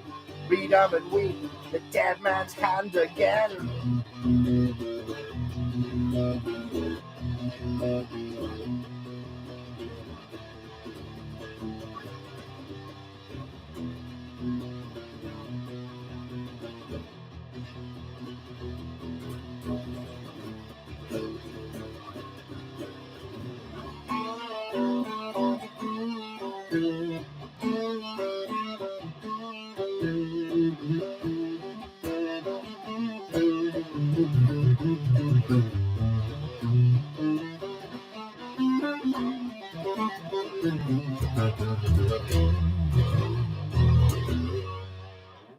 This will be good once I've done the once I've changed that too farty a string. The A string's all right, but E's just it's too thin. So I think a normal bass string would probably do it. I don't care what music it's. I still like the long hairs, Beethoven, and those kinds. Yeah, why not? I'm mad into Bach. Well, not from listening to Bach, but listen to Walter Carlos / Wendy Carlos. I still every couple of weeks I get a message saying, oh, stop bad mouthing Wendy Carlos, you homophobe. And it's like, but the records I've got say Walter Carlos on them. So for as far as I was aware, for the first 20 years I had those albums, it fucking says what. So I tend to call it Walter Carlos. I know it's Wendy now. That's totally fine. If it says Wendy Carlos on the record, it's a Wendy Carlos, but it says Walter. So I struggle with a little bit. But I keep getting abused for that. And it's like, I stopped referring it. You have to shield my telly thin line copper tape. Got to be tricky. I think you can just use tinfoil if you don't want to spend money on copper tape. The other thing you can get, instead of buying proper guitar shielded copper tape, which actually someone gave me. I hope he's all right. Neil, front row guitar. I've still got one of his basses. I hope he's all right. Actually, are you all right, Neil? You watching these things? He actually gave me a roll of the copper tape. I've done a few things with it. I'll be honest that the main thing I did with it was on my Porsche 911 for the Skeletrix set. It's got lights in it, right? But see, when it's going, because it's just made of red plastic, when the headlights come on, the whole bonnet lit up red. So I taped it off so that the light comes mainly at the headlamps. That's the main thing. Listen to some jazz before the scream. Yeah, it's the dollar store and it's a 50 cent. A 50 pence piece. Yes, you get a 50 pence piece. I'll show you why it's called a 50 pence piece, because you do get. I'll just have a look at my thing. I'll see if I've actually got a 50 pence piece. I don't. Yeah, no, we've got our 50 pence piece is a mad like hexagon shaped thing. I suppose you can say that there's a 20 pence which isn't round. See, it's kind of like hexagony. Well, the 50 pence is like that, but bigger. But I don't actually have one just now.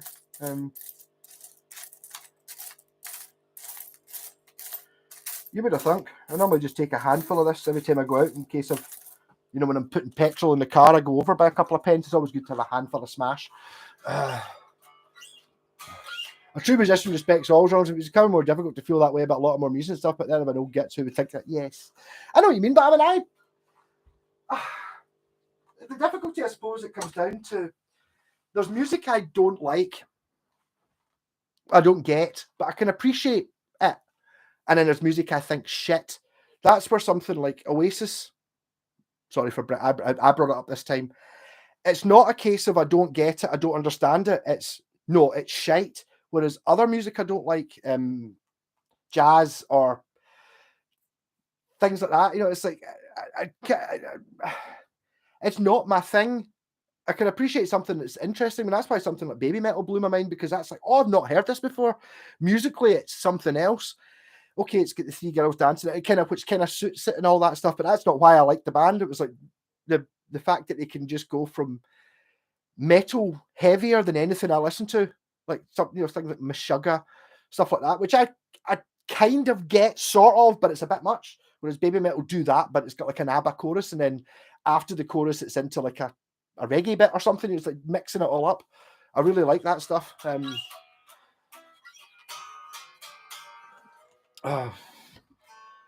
Well, you can like jazz if you want. I've never understood jazz. No, I don't understand it. It's like, I don't need to understand what I'm listening to. I don't understand baby metal. I can't play any of that. That's not the point. It just never jumped out to me. I don't know why. I don't really need to listen to something that's technically amazing. I used to find that with like Steve Vai and the stuff like that. Yeah, I mean, musically, it's very interesting. I can totally watch a couple of Steve Vai songs, him playing them, and be thoroughly enthralled. It's just when it comes down to listen to an album, it doesn't have the catchy thing that makes me sing it in the shower. It's not me. Do you know what I mean? And saying that, actually, in Scott's car, we've been listening to one of Joe Satriani's CDs. He was in a charity shop a couple of weeks ago, and he bought I think it was 10 Joe Satriani albums for like a $5, like on CD, like new ones. So it's like the one we're listening to in the car is like a new album from like 2001 or something. And it's fucking excellent. It's perfect for driving. It's maybe not necessarily the sort of thing I would put on to go up here, listen to this. You know what I mean? Whereas I would put on Symptom of the Universe. Listen, but I'd really, really enjoy it. And the thing is, it's like to try and not be too set in your ways as well. I mean, I maybe don't like something. I used to hate Pink Floyd, but I heard Pompeii, and my decision changed. There's a good few bands that I didn't like, And then I never used to like AC/DC. I remember people putting on AC/DC and like, I don't get it. I don't understand. And then I saw my pal used to play Highway to Hell at parties when we were like 16 on acoustic. And it's like, that's amazing. What's that? It's AC/DC. And his version of everyone singing Highway to Hell was better than the AC/DC version, but it kind of went through.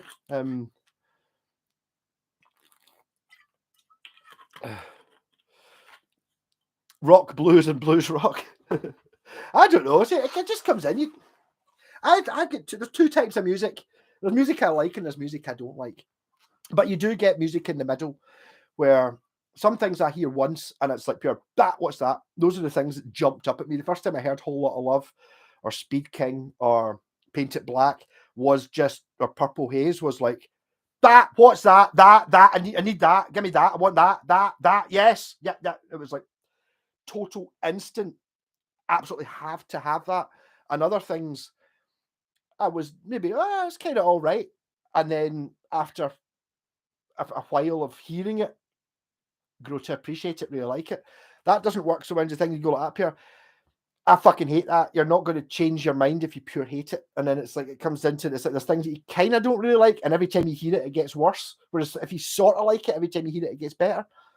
Kind of weird.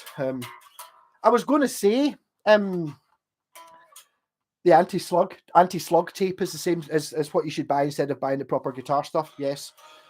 Oh.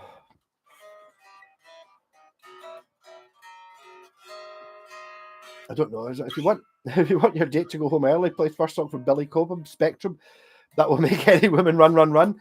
Is that not the album that's get? Is that not the Tommy Bolin album? I've never heard it. Music I like and music I don't like. That's the end of it. Yes. Country and Western. Totally. Yeah. Totally. I mean, I don't dislike country and Western, but then again, I've not heard bad. I think every kind of music's got stuff that's just not very good, or maybe just not your term. What do you mean? You mean Slade? I've always liked Slade. I wasn't aware of how amazing Slade were until I basically bought a record for 50 pence called Slade Smashes that's signed by them. I was like, I know. And recently they'd done, or at the time they'd done a Transit Van advert with I won't look at you when you boo-hoo-hoo because I love you. And then it goes, that's doing interesting shit. And then the album, the Slade are fucking brilliant. Absolutely love Slade. And again, being from the era I was in, where it was being cool was what it was all about. I was never cool, but I didn't. That's what your whole Oasis and the Stone Roses thing was like. So why'd you like Oasis? Oh, because they're cool. Everyone likes it. Like that one. They didn't listen to it and think, "Oh, that's really good." I'll listen to it. It was because it was cool. So I was the anti-cool. But I never got Slade until later. Western music originally was different. Cowboy trail songs. See, I don't even really know much beyond that. But again, it just depends on what it is you're subjected to. My hatred for Oasis, if I'd been 10 years younger than I am now, I wouldn't give a shit about them. They're just crap. That's fine. Doesn't affect me. Whereas what it was when I was like between 18 and 25 or whatever it was, every time I went to any party, every time I went to a student union, they'd be playing this absolute turgid shite that would really fucking upset me because everyone loved it. And it's like, but it's fucking terrible. I know better. It's like, have you heard the Beatles or have you heard the Rolling Stones? Which is basically the same kind of music, but good, not just bland crap. Oh, man. Doing coconut milk. Wow. Born in the 60s, it'll get as well, but the best music growing up. Totally, I can't imagine. I was never really... Well, the thing is, I didn't like it. That was what was really annoying. There were some Britpop bands I liked. Not very many. I liked a couple of Blur songs, but so looking at it, I hated the Damon Albarn. I didn't like. I hated his on stage persona. His pure. That pure. Maybe if I'd never seen them, They were a bit shit, but I quite like some. They had some music behind them. I like Supergrass. I actually went to see them and really enjoyed it.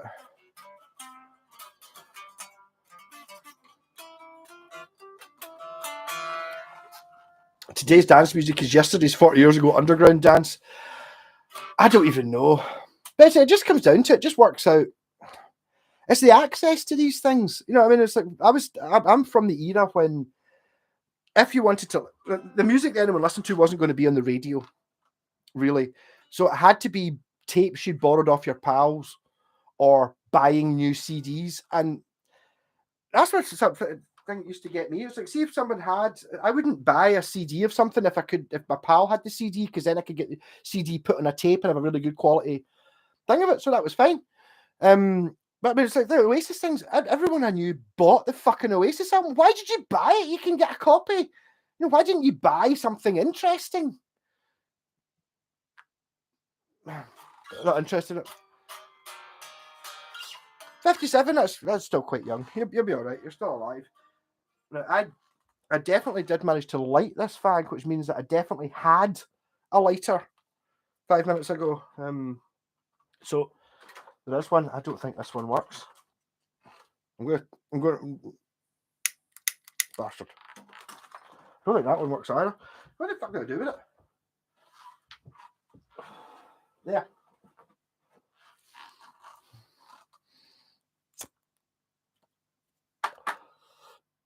Colosseum 2. I don't know. I need to start listening to it. But the thing is, I don't want to force it. I've tried.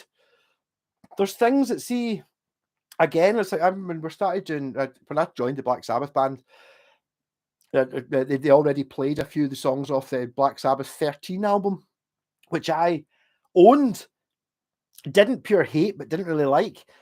And then I started listening to it because I thought we were going to have to play it, and I ended up fucking hating it because it wasn't. See, if it had just been, I like this, rather than being, I don't know if I do like it, and then the more I listen to it, the worse it got, as opposed to, so I still don't rate that album, the 13 one, as good, even though we do play a couple of songs off it, but it's like, it's not my thing. Hey, Danny Budgie, happy birthday podcast next week. You'll have fun. Did you like the early core stuff? Obviously pictures of Matchstick Men and stuff. I was never really that mad into Core. I did buy a fair whack of the records because you'd seen them for 50 pence and they were very big over here. But yeah, I mean, I've got a play. I've got Core. I've got a thing.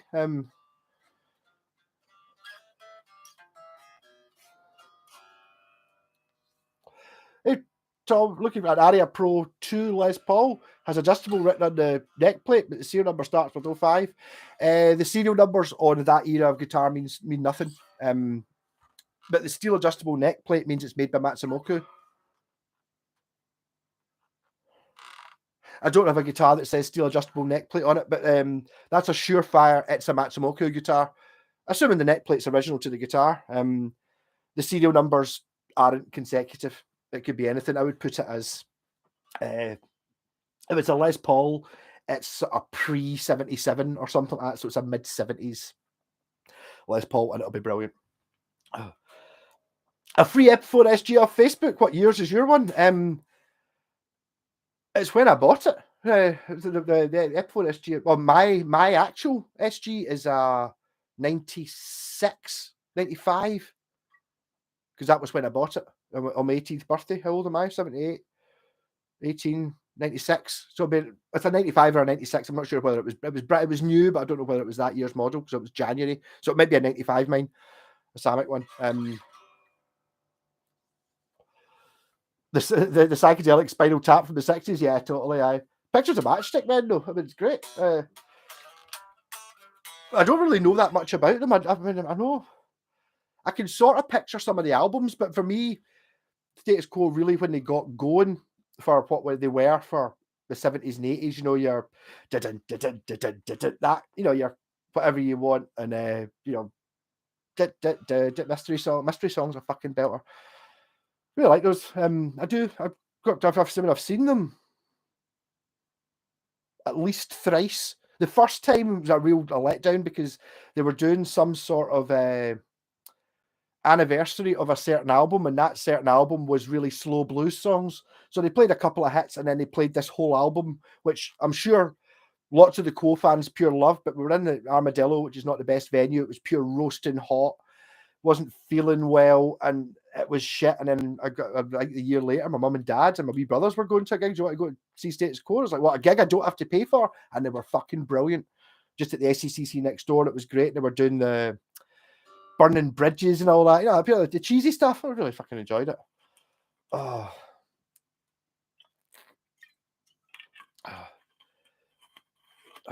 True Malcolm, the 70s arias have a letter before the date.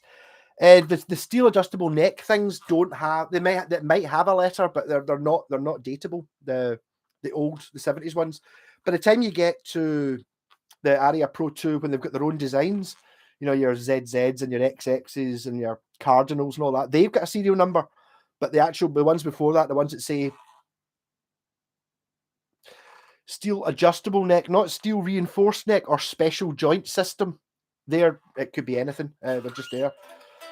Basically the neck plates just came out of box, and that's if you've got a Japanese guitar from that era that says steel adjustable neck on the neck plate, it's a Matsumoku.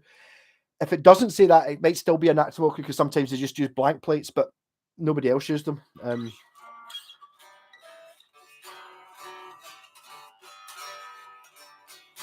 Wild Thing, that might have been one of the first things I could play as well. I think it was the Jimi Hendrix version of it though. Crow went with the trends first. Sort of. I mean, Pictures of Matchstick Men is, I don't know, it's all right. Na na na na na na na na na na. But it's very much the early Status Quo, the early Spinal Tap thing is that, because it is them. But one thing is, at that era, they were gigging with a Vox AC30, as in they turned up with 2 guitars and a bass and a drummer, and the 2 guitars and the bass played through a one Vox AC30, and that was it. At that time, it wasn't until once Pictures from Matchstick Men and they'd done Top of the Pops, they had enough money to buy an amp each, rather than all of them playing through one amp. This area starts with a 0. The steel neck thing is making one out, it's a real deal. It is, but what I'm saying is the serial number wasn't a serial number on those steel adjustable neck plates.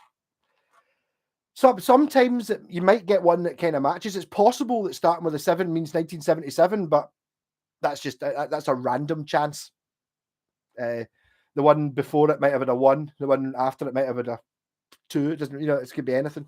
If it's an area, you'll know when you play it. If you've bought it, you'll know when you play it. Is it better than a Gibson Les Paul? Then it is a Matsumoku built guitar. If it's not, then it could be.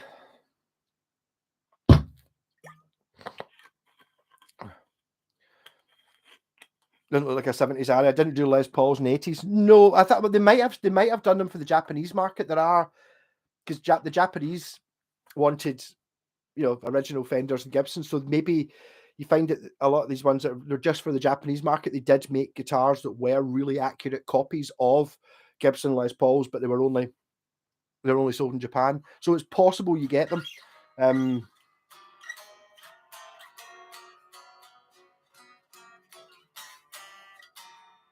Aria Pros made in Korea have the same text minus made in Japan. Yes, they do. Yes. They even say the accurate bolts neck system. If you've got one that says accurate bolt system, it doesn't say made in Japan. It wasn't. S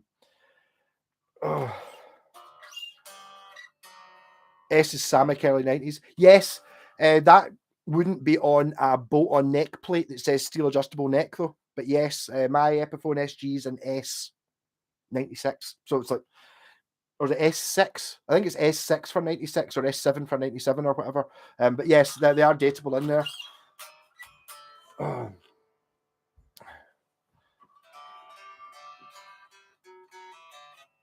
And I think you'll find it's tone plywood, Mr. Whitesnake, but yes.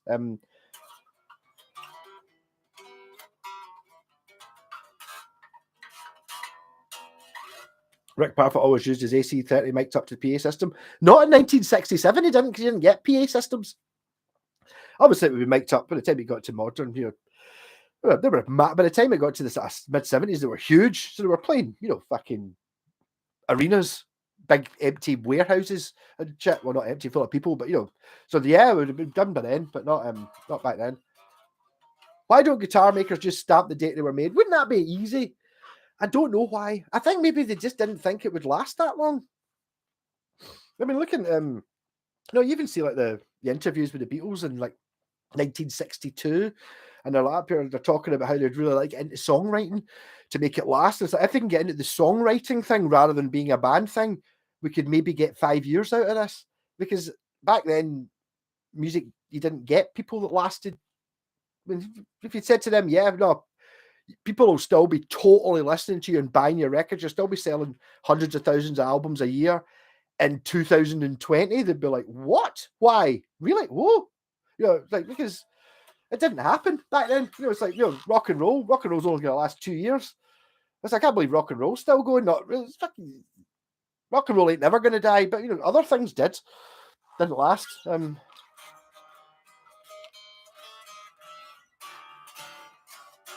Maple neck or rosewood, pros and cons, make for a solo playing and rosewood for warmer sounds. Oh my god, I don't know. I used to like maple necks because it was rarer to get them.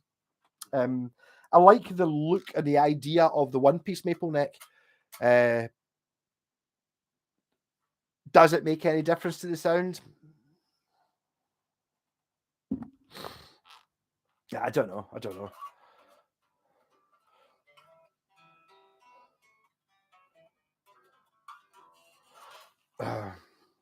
So I took maple neck. I was like, hopefully the Ratocaster will help the speller continue the tone route debate. The tone route debate's always gonna go on forever. There's no someone will.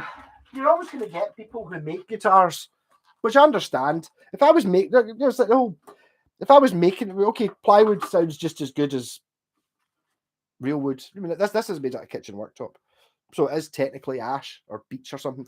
But I mean, to be fair, if I was buying a guitar that was getting handmade and costing me $2,000, and it was made of like pine and MDF, I'd be like, no, I want it made of the big names, the ash, the mahoganies, the ebonies, but not from a sound perspective. Just because, well, if you're paying money for it, it's got to be mahogany. It's like, so I mean, it kind of depends. I don't know. It's all aesthetics. Like guitars, we all play the section the sound we want. Game of type of wood is just an option. Yeah, I mean, even then, you can be surprised by guitars. Some guitars you don't specifically like, really, and then you play it and you go, "Wow, that's not what I expected." And so my opinion is right and you're wrong. Yeah, but a lot of it's just down to what you think. Are Flying V's good guitars? And it's like, yes, but it's whether you like the idea of a Flying V. I mean, I did. First time I had a shot of Flying V. This is fucking amazing. This is great. Pure stand. It's like holding a door. You're like, this is great. I can understand. There's plenty of reason for thinking it's shit, though. It's like, you can't play this sitting down. No, you can't. You can't buy a normal gig bag. No, you can't. It's like, it's not really good from a flamenco play. No, it isn't. But I mean, I want to rock, Oh, just easier to clean the maple. I'm a sucker for a weird sparkly finish, a matching headstock and block inlays. I'm totally with you there on the sparkly finish and the matching headstock. The block inlays, but even then, it would never sway me to a guitar that I wanted. I would never go, oh, I want that one with the block inlays, because it doesn't really matter. But when you get sometimes a guitar with, well, this isn't block inlays. I mean, as far as inlay goes, these are my favorite ones. They're like brass rings.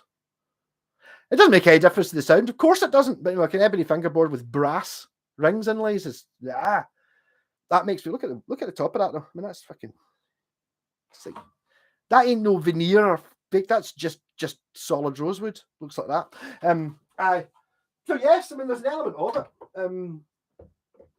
Having the deluxe shit, but I tend to like the more basic, like your Les Paul Jr. I mean, musically, what's the difference between like a Les Paul Jr. and a full Les Paul? And it's like, well, in some ways the Junior's better because it's got less interfering with it.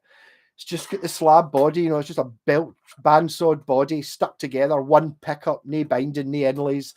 Because all those inlays, that costs money to put in, and it's like, it doesn't make it sound any better. Not that I'm saying there's anything wrong with having all the shite on that. It's fun having it and I enjoy it, but it's unnecessary shit.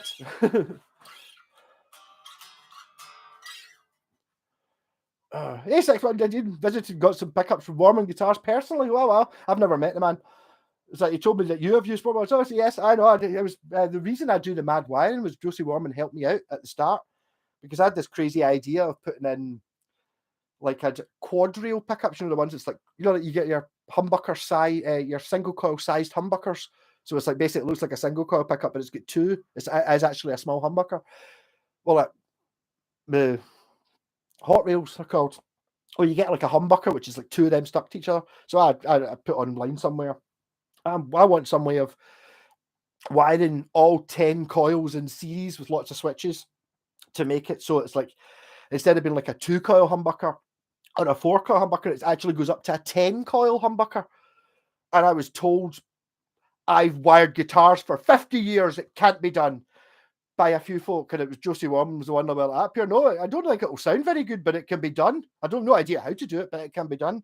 So I worked out how to do it and did it, and it worked. And then I got abuse from people going, "Oh, you've overdubbed the sound," because there's no I've been a sound recorder for 50 years. I know that you can't have 10 coils on one pickup.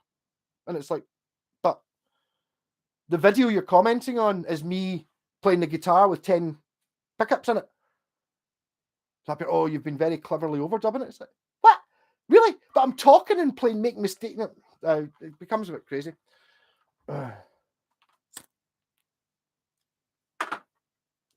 If a woman is hot, you will love her better.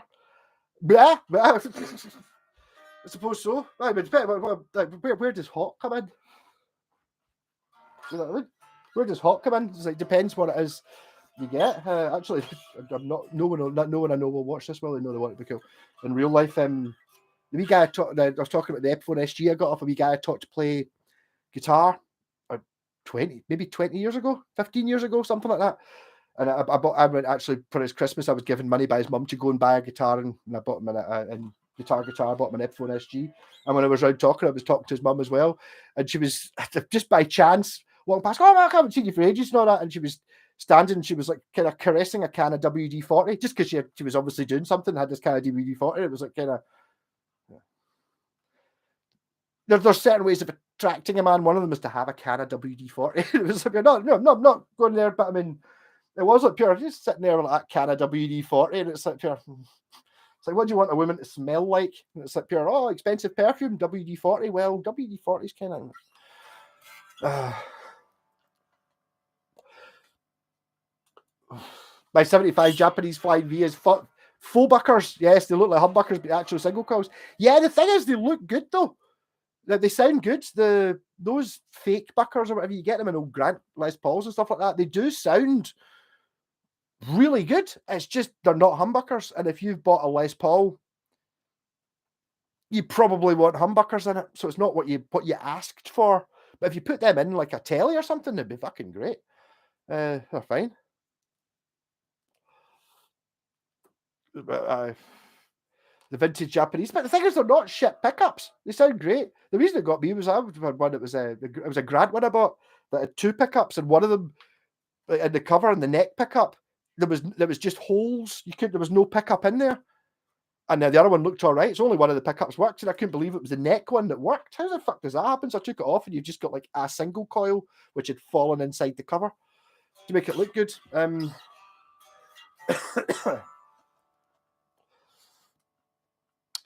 Yes, Squire are a very good platform.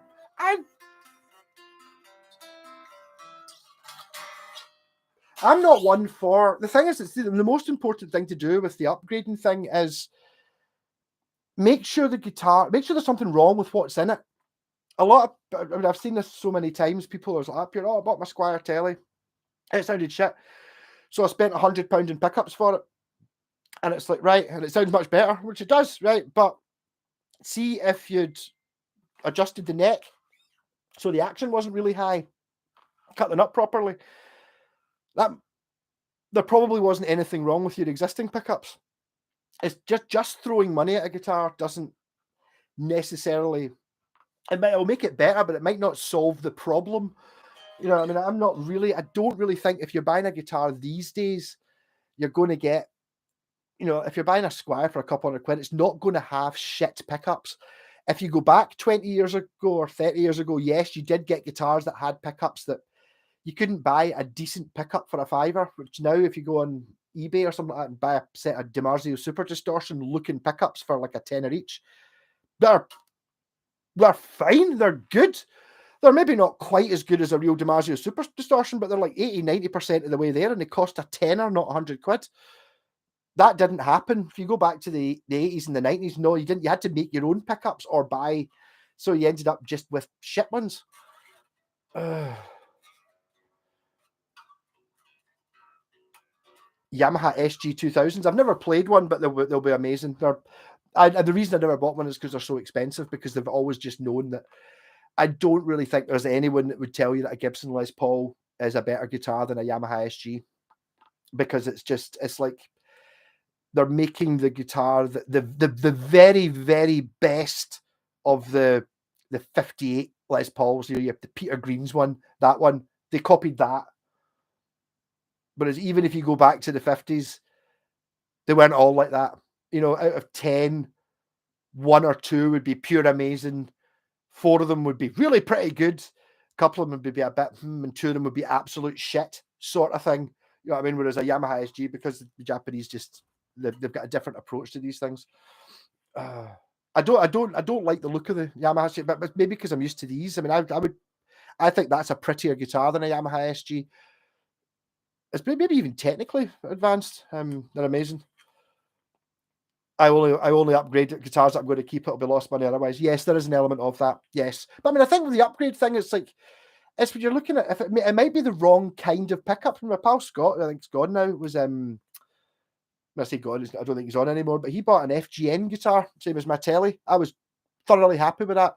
The pickups that were in his one, which was like a sort of Strat copy thing, weren't the right type of pickup for him.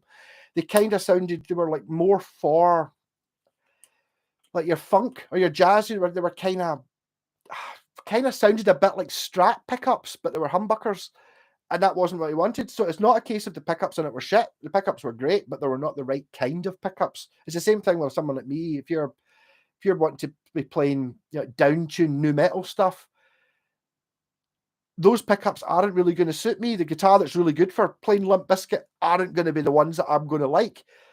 Doesn't matter whether they're Seymour Duncan versions or cheap versions. That whole idea of it, you know, active pickups where you get slabs again and shit, it's not my thing. Whereas a DiMarzio Super Distortion isn't going to suit someone who's mad in, because you know, it's, oh, when you put hundreds again on it, just turns to mush. Yes, it does. I don't use hundreds again though, so it's for me. And then yes, there would be a thing that you know, like you'd say that even like one of those £10 DiMarzio Super Distortion copies that you get from China is going to suit me more than an EMG 81 set does, because I don't play the music. That's not what I'm aiming for. I want a more classic-y sound. The Jet tellies, I don't know them. Actually, my pal David's got a Jet Strat, and it was fine. To be honest, it was kind of like those the good Jim Deacons, or the most of the Jim Deacons are good, but not the shit Jim Deacons, if you know what I mean. That was really good. The problem is when you look at these things, it's like everyone, you know, you look at something like, you know, your basic Squire, whatever an Affinity, whatever the £150 Squire Strat is. Yes, that's a fucking fine guitar. Nowadays, you're not going to be able to buy a new one that's a pure terrible guitar. It's going to be great, but a fair whack of that money is going to Fender for the licensing and all that. So you can get a brand like Jet or something you've never heard of that maybe even made in the same factory using the same parts and everything, where you've got the same guitar that's, instead of being 150 quid, it's 100 quid, and it might be just the same, therefore it's better. But on the other side, it's an unknown element, because you might have the idea of someone unscrupulous, which obviously businessmen tend to be, are like, you know, it's like, oh, why don't we just make one that looks like that? and then we can sell it for that amount of money. But the more we're going to produce a Stratocaster for 100 quid, how cheap can we get away with making it? So they're looking at getting a tenner from the factory is going to produce you. You're going to get the basic Squire for a tenner. Like, what happens if we give them £7? So instead of spending £1 on the 50 pence on the tuners, they spend 30 pence on the tuners. You go from it's still fine to being, they look like tuners, but they don't really work. And that happens all over the guitar. And yet you suddenly end up with a guitar that everything on it is just absolute shite because they managed to get it to come out of the factory for a £5. So when they sell it for £100, there's £95 of profit in it. Whereas if they made it come out for a tenner, that's twice as much it costs to build, and you end up with a decent guitar. Because instead of getting tuners that are shite, that look like tuners, you actually get the cheapest, but still work like tuners you can get. Same with pickups, same with every element. The setup is the main thing to make any guitar sound and play well.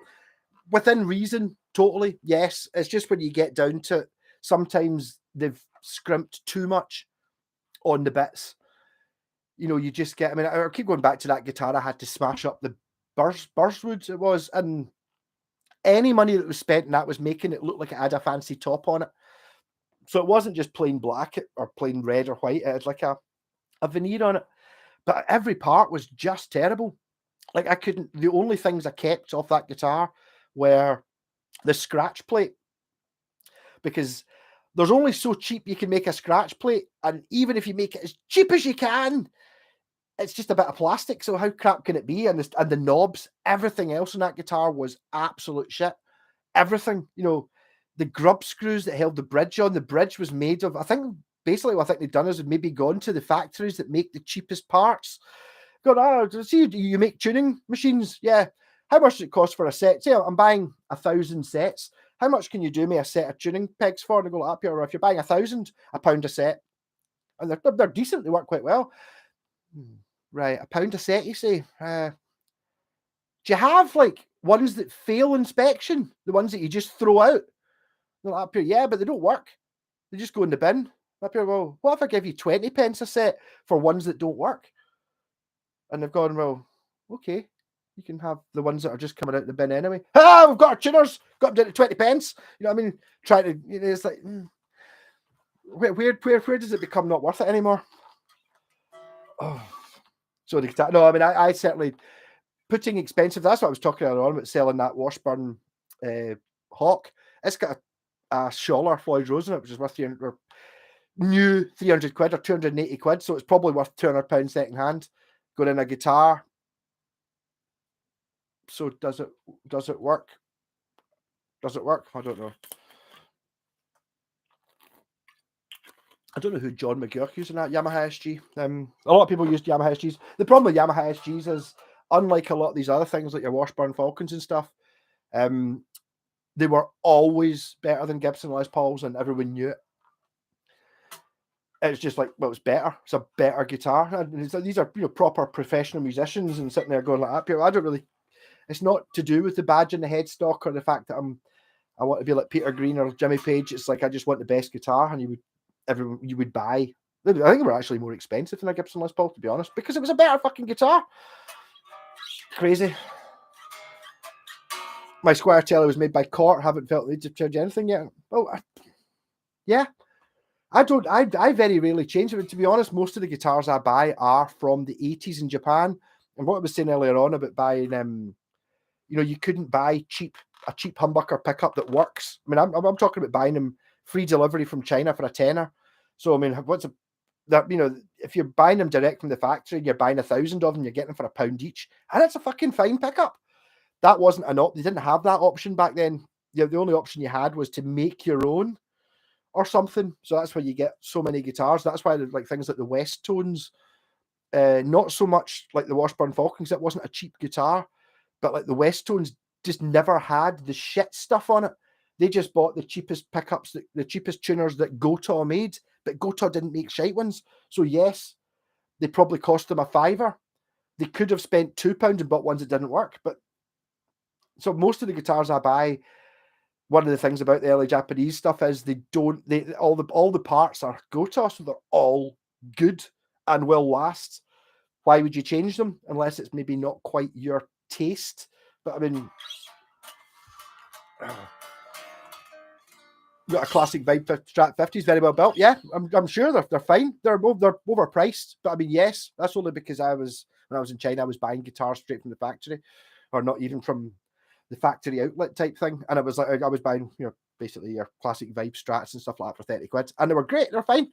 It's just when you actually look down to how much extra you have to pay if you're looking at this sort of stuff, you're not paying that much more to get something that's as good as an American Fender, which obviously a Squire can never be.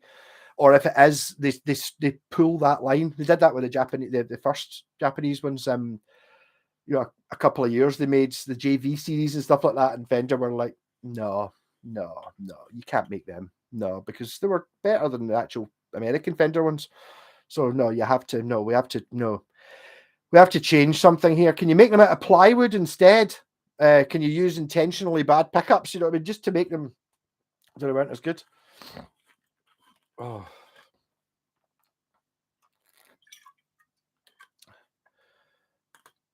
Recently I had a Mattel Synsonics guitar from the 80s, a POS. However, the Mattel Synsonic drum machines were heard. I don't know what we're talking about. We have to get a classic vibe for the 7.5-inch radius neck. Hard to get that radius these days. Yes, Pontiac, I know what you mean. The 7.25, I don't even know. That's something I should probably. Do they not? But that's the whole thing about you're trying to appeal to the most people. So one of the things I'm not that keen on, and like your modern, your Cort and your Samics and stuff like that, they are designed so most people will like them. So if you produce, I'm not blaming Squire for this at all, but they are looking at putting out a Stratocaster. They can't put it out at a 7.25-inch radius because a lot of people will not like the 7.25-inch radius. Oh, it's pure round, I don't like it. So you've got to choose something that everyone. Yeah, so this 70s one is a 7.25-inch. But not everyone's going to like it. So you have to make something that as many people as possible like, because you got to make money with it. I'm not arguing that is the case. Do you know what I mean? I think maybe the reason you would go for like this modern is a 9.5-inch or a 10-inch or 12-inch. That fucking my Casio there's 22. It's kind of ridiculous. The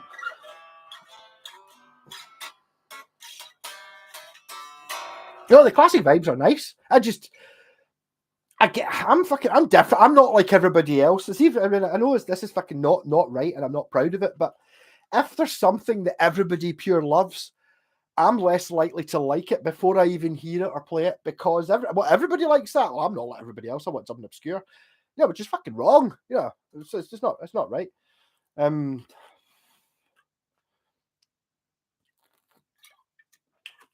I do. I mean, I think it's like all of these things. It's maybe a different situation if you're only allowed to have one guitar. What guitar would I have if I was only allowed one? Because the thing is, I like different things. I like the 7.25-inch radius. It's great. I mean, the first guitar I got with a 7.25-inch radius was the Squire Bullet, the Japanese, the Bullet guitar, which is a different design. And it was like, as soon as I played it, oh my God, this fingerboard's like this. It's like a broom handle. I've never put this. Is amazing. And then about 6 months later, I was like, I've never. And then I noticed that since I got that Squire, I had like the Blazer. And I had a few guitars that had the 7.25-inch radius that I never even fucking noticed because the first one had already had it. And then when I went back to play it, I was like, it's not really that noticeable anymore because I've got other guitars that I never really noticed until you think about it. But the first one was mental. Oh. Buy a Crafted Vibe used for £200 is a great buy. Yeah, I think there's probably an element to that. They're worth more money. That's the thing. I mean, it's something like, like the Tempest Strat or something. I mean, there's no Squire Classic Vibe that's ever been made that can approach that in any way. But you can find this Classic Vibe and it's worth more money. I mean, it's like that's basically just a Japanese Strat. So I mean, that compared to like a 70s Fender Strat, blindfolded, you couldn't tell the difference, or you maybe even think that one was better. They're that close. It's a total Japanese, pure anal copy of it. It's totally there, but it's not going to be worth as much money as a Squire Classic Vibe.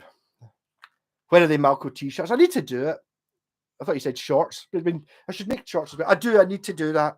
It's on my list. I need to make Mad Malco t-shirts, make some money from it. I should do it. Yeah. I never felt that much difference between a 9.5 and a 7. If they're both well set up, the more difference in fretwire size. I don't really know. No, I did notice it, but I don't notice it now. Even the fret size thing, it's not something I immediately notice unless I'm looking for it. I would if you handed me a guitar, I would notice if the frets were really skinny because I would look at them. But if you were playing it, I don't know. Washburn did the 7.25. I don't know. No. I mean, the only ones you're going to get are the sort of Fendery ones. But I don't. No. I mean, I do have another one of these, the Force 3, which is a bit older, which is more likely to be 7.25, but this could be. Oh, why does that not say on it? It does, that's 10. So this might be. I mean, it's obviously it's not that noticeable. Yeah. Yeah. So that's a 7.25 inch. So yes, Washburn Force series from 1983 that look like this are your 7.25 inch. Which isn't the best, you would have said, for rocking. One of the things that I would change on the FGN is a compound radius fingerboard. So it goes from a different radius here to a flatter one here, but it starts at 10, or it starts at 12 and goes to 16 or something. And it's like, I would rather it started at 7.25 and went to 10 or went to 12. You know, so it's like, obviously it's curved here and it's flatter here. I would rather have it that way. Was playing some Japanese stuff in Denmark Street and all the extra stuff, especially the 90s Fenders. Yeah, I mean, I've got a couple of I've got two 90s, or one's I've got an 88 Fender Strat and a 94, 95 Fender Strat, and they're excellent. They're basically that guitar. There's no difference between them. It's like you play them and it feels more like that. That feels more like the 90s Fenders than the 90s Fenders feel like an American. Well, it's kind of quick close. Absolutely. Mad Malco stickers, I could do that. How's the Paul Gilbert Ibanez going? Irish Stewart, it's there. I mean, it's like, not that I can't see it. I can see it. It's sitting right there. I've still not done it yet. I'm now down my queue of guitars to get through. I thought I was going to get ahead of it, but I get delayed with a couple of right pig ones to do. So I've still got a Telecaster that's getting crazy wiring in it that I've got to route, which is annoying, which I wasn't told about. And then I'm kind of on to actually be able to fix this bastard, make it work. Yeah, I think I'm going to sell I'm tempted to sell the pickups that came with it before I even try them, because the Steve Vai Evo pickups sell for 200 quid plus. And it's like, the ones that are in it, it's already got an Ibanez V7 2 DiMarzios, so having other DiMarzios that I could get 200 quid for, if I get 200 quid for them, that means I've basically got the guitar for free with DiMarzios in it. So I'm not really sure exactly what I'm going to do yet. I need to get more into the Paul Gilbert. It's a really nice guitar. It's got that issue. And again, if I'm talking about this in the car, which I don't think I actually put a video out of, if the bridge posts had been totally unusable, I would have fixed it. No, but I got that in Pugman on 1st of January, and it's now May, and I've not had time to do it because I've got before I do my guitars, I've got to do customers' guitars. But it works 80%, 70-80% of what it should do, it does. If it just didn't work, I would have fixed it. But because it still does work, I've not been compelled to fix it.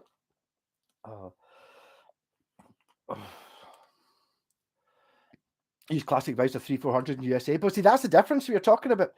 If you're looking at maybe, I suppose if you're looking at paying 200 or 300 quid for like a classic vibe. Yes, they're fine, they're great.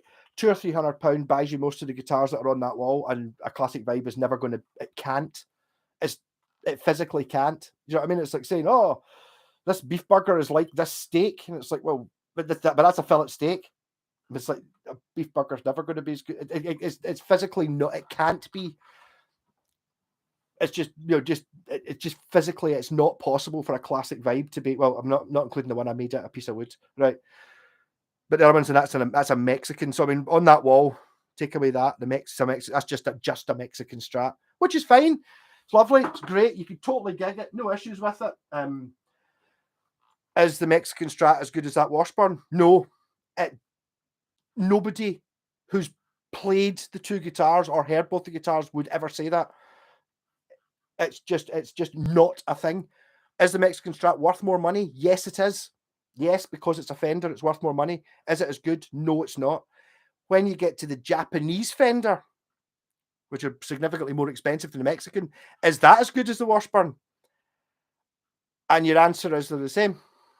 The same as the way that being a 70s Tempest Strat is exactly the same as that FGN from 2 years ago. They're the same. Okay, that's a Strat and that's a Telly. Blah, blah, blah. Different headstock, different color. Oh, I don't like the color. That's, these things don't, but actually just quality-wise, they're exactly the same, which is exactly the same as that Ibanez. The Yamaki's a step above it. That's a Jackson. It's difficult. I with you, I like the odd guitars. I like the problem with odd guitar. Well, I don't know. The odd guitars they're cheap because they're weird looking. I would buy it because it's cheap. It's like, here's two guitars. One is the very popular Tobacco Sunburst one, which everyone likes. This one is cheap because it's neon jobby pink. I'll have the fucking pink one, yes, because it's cheaper. Oh. Washburns are getting harder to find, yes. Well, I don't know. I mean, when I did the first Washburn Falcon video, the only video on YouTube or online when you typed in Washburn Falcon was my pal Wayne, who I think's got more views than I did, when he picked up my guitar for me. He went round to his pal's house and did a 30-second video of a Washburn Falcon. That's the first one you see online, is that one. So at that point, nobody knew what they were. And obviously, even it came down to nobody knew that there's like a hawk and a falcon and an eagle. Nobody knew which was which because they didn't tell you. You just went in a guitar shop. They had one of them. You played it. It was the best guitar world ever. And they asked, what's it called? And I didn't know what it was called. But Washburn have been found out. Again, it's just that thing about getting... People want boring-looking guitars. If you're going to make... Oh, I'm starting up a new guitar company. What's the best one to sell? You want to make a black Stratocaster. Or a Tobacco Sunburst Strat. That's what everyone wants. Or the Les Paul that looks like slashes. That you make that. Everyone wants that. Oh, I've got this pure amazing looking pink or purple, or it's different. Oh, if it's different, you can't do something different. I mean, that's why you get. I mean, that's why Harley Benton are doing so well just now, because they're producing guitars. I mean, I'm sorry, someone Frank Pericone's up. Oh, I just bought my second tip. Harley Benton, and it's pure amazing like the first one was, and it's like, it's possible that they turned out amazing, but it depends what you're used to. Yeah, I'm spoiled. It's like I mean that, but I bought that because I love the look of it. Didn't pay that much for it, and then after that, it was like when I was decided I was going to go in. I was like, you're right. I've got a job. I'm going to put it on layaway. I'm going to buy a Gibson Les Paul. So I went in and tried the Gibson Les Pauls at $2,500, and they're 10 on the wall. Couple in each color, and I tried it, and it was like I'm not saying it wasn't quite as good as that. A Gibson Les Paul is nothing like as good as that. So I'm sitting there going, how can I pay £2,500, which is not quite 10 times what I paid for that? Yeah, 9 times or something, and it's not as good by miles. It's not like it maybe slightly edges it. No, nobody could play that guitar and play a real Les Paul and then say that that's not a more expensive and better guitar. It's just like, so you got to make things that are boring. If you just turn out pure amazing guitars, people won't buy them because they go, pure, you can't have that. Jesus. But But that's not a Stratocaster. Buy a lot of cheap plectrums and use your soldering iron to burn Mad Malcolm into them. They'll sell you low for them, shipping would be so cheap. Yes, I did actually get I got picks made before, and I talked to the guy, and he never actually made me Mad Malcolm guitar. Where did Let's see it just there. There. So I actually got picks made before, and they were fucking cheap. They were, I can't remember. I bought like 50, and it was like a tenner. No, it wasn't. They were really cheap. I've got one. Who's that one? Yeah, so I was in a band called G-Rock, and that was what the guy did. So I've got, you're not having these. It was, you go to, that's the logo, Rock School. So I got them that, and I got them, I don't know, 8 years ago, just that guy on eBay, and I was looking through them, and I was up here, and when I joined the band with Jesse Ray, I was up here, yeah, I'm in this band, blah, blah, blah. Jesse Ray sent him a video, got up here, make me some thingies, and I sent him some record covers. And then the guy got back to me, was up here, yeah, I went a bit over the top on the design, I hope you don't mind. And it's like, there's a Project Ray, which is tartan. It's got a claymore on it, and it says Project Ray on both sides. I have messaged that guy, but he never got back to me to do Mad Malcolm guitars picks. And they're all right. They're fine. Yes, guitar, Mad Malcolm picks and stickers, yes. Even the new Japanese Fender stuff. The problem with the new Japanese stuff is, I found that very much with that. You've seen the video when I went in. I'm sure a video when I went to try that, because that was on eBay for months. I was watching it. It started at 300 quid. I was like, where's the catch? So I was watching it 300 quid, and then it went on, and it dropped to 250. And it was like 275. Like, where's the catch? It says on it, made in Japan. And, looking at the pictures and stuff, and then I went into Merchant City and tried it, and it's like, when you see it in person, it's just like, oh my god, it's a real one. You can tell by looking at it. You maybe not see it in a photo, but when you see it in person, you can tell. It's like, this is fucking a proper, this is the same as the Ibanez Roadsters, apart from it's newer. It's just exactly the same thing. But I mean, yes. So basically, if you're looking at, I don't know how well they've done. I noticed that a couple of months ago, they were starting showing them on it wasn't just Merchant City, it was an importer. Anderton started doing them. And look at Pete Hanori's face when he's playing them, and look at what he tries to play on them, because obviously he's employed, so he's got to say, oh, this is really good. So you see him playing his classic vibes, oh, that's a really good guitar, playing his stuff. Watch him playing them, but he's got to say the same thing. Not the same thing. That's the same, basically. It doesn't have the Fender branding on it, but it's built to the same quality as all that shit. But I mean, it walks over Mexican and American. There is a certain thing about it. I understand this. I've got a Gibson EBO from the 60s, and technically, it's not great. I've got better basses, 10 better basses, but it's from 1968 and it's a Gibson, so it's got a thing when you look at it, it's got a sort of thing about it. Nothing to do with how it sounds or how it plays. No, just because it is what it is. It's got a 1968, so like the Beatles were still going when this was made, kind of thing. It's got that in it. When's your next Sabbath? I haven't actually organised the next Sabbath gig yet. Pish. I need to. I've not actually been in for about a month now. Need to get on the books of somewhere and get some playing. I'm looking forward to it. We've got the last gig we did, which I put on YouTube, was really fucking good, but we didn't have enough songs. We were getting an encore. The crowd wouldn't let us leave, and it was like, pure, we don't have any more. And it was like, pure, we're walking off, and it was like, look, man, look at it, listen to them. Okay, I got to play something. Do we just play Paranoid again? Okay. So it's after Brian's like, we don't know any more songs. Can we just play Paranoid again? Yeah, I'll do it. Yeah, it's like, it wouldn't be great if we could have played something else. Now we've got more, so it'll be fine.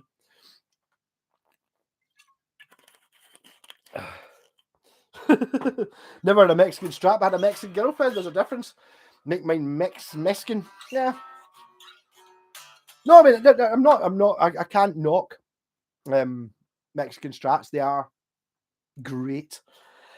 There's not that much difference between. I mean, if you look at it, the thing is, they're not cheap anymore. They're fucking expensive, but they used to be. The Mexican base compared to the Chinese is workers' wages. Yes, well, that's the same thing. That's what I was saying earlier on about the made in Britain guitars. It's like you've got to pay the minimum wage. You've got to pay the minimum wage in China as well, but minimum wage is the same per hour as per day, sort of thing. But your Mad Magical Pink t-shirt's still not been made. I will fucking do it. I will do it. I've got to do it.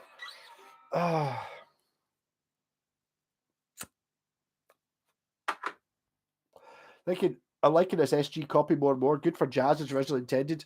Les Paul's wife, rhythm guitarist, used them. Right. What's her face? Betty Ford? Mary Ford? Betty something? I don't know, used for jazz. FGN out the box are really dull colour selections. Well, possibly. Yes, I mean, that you can argue. It's not really something I can argue. It's like, what's wrong with that Telecaster? Don't like the look of it. Well, there you go. That's it. There's nothing. There's nothing. Yeah. But you've got to try and sell them. If you just produce the most amazing purple glitter guitar, I would fucking love that. But they're not going to sell tons of them, and obviously it's more expensive to make small runs. So you got to try if you're going to make. I mean, those are the FGN I've got is the budget one, the Boundary series. So they're like about £500, $550 or whatever it is new. So for that, you are getting the basic model, but it's built the same as the big one. It's just it doesn't have the flame maple, the Seymour Duncans, the branded bits, but it's built the same. And the most important thing is the build. It's the same thing with the cheap Aria Pros and Westtones, stuff like that. The build quality is the same from the top of the range to the bottom of the range. So you're still getting a belter of a guitar. It's just the top of the range one has the ebony and the binding, but they built it the same. They didn't cheap out. Oh. Yeah, I mean, to be honest, there's not that many FGNs.